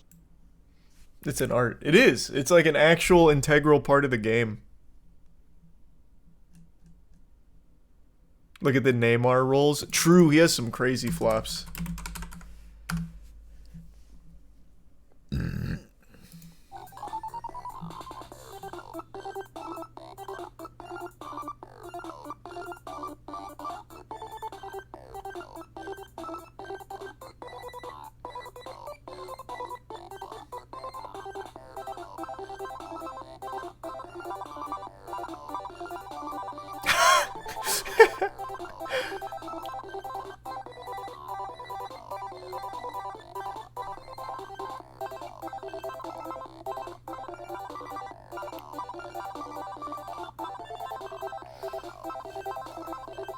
The Marcus Smart of flopping. No, Neymar is like the king of crazy flops. Like, he goes, like, hog wild with it. Like, he'll, like, start, like, gripping his legs and, like, fucking flopping around like a fish. It gets wild.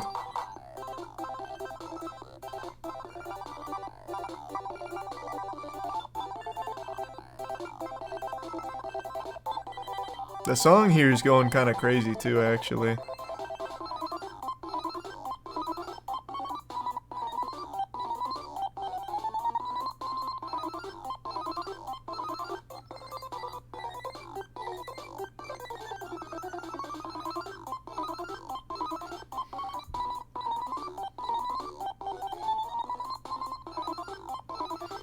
This is Pokemon OST? Is this from Pokemon?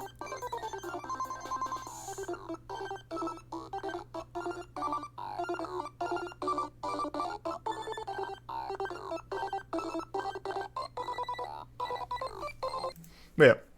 There's flops in soccer in a big way.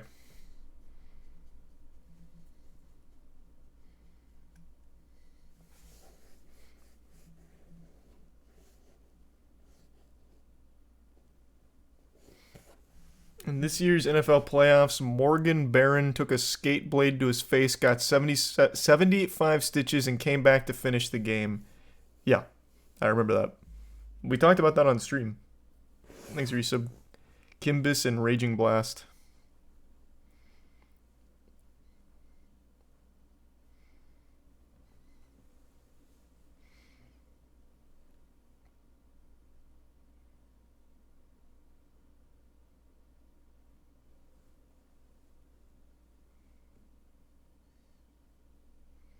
A real man wouldn't need stitches. True. A real man's wound would have closed up if he just got a handful of dirt on it.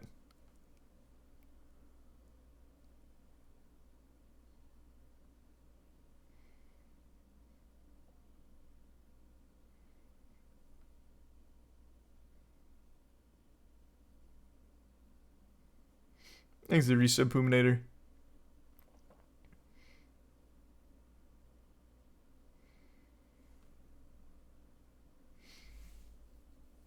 You ever watch Blue Lock? Tiana did, so I saw a decent chunk of it just by proxy. It seemed cool. Alright, I'm gonna go to bed though.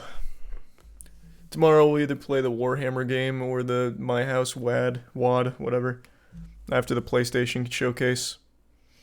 Alright, thanks to everyone for tuning in. New subs, welcome aboard. Sub means a lot. Thanks for subbing. Enjoy the emotes. See you tomorrow. Have a good rest of your night, everybody. The PlayStation showcase is at 4 EST. So I'll see you then.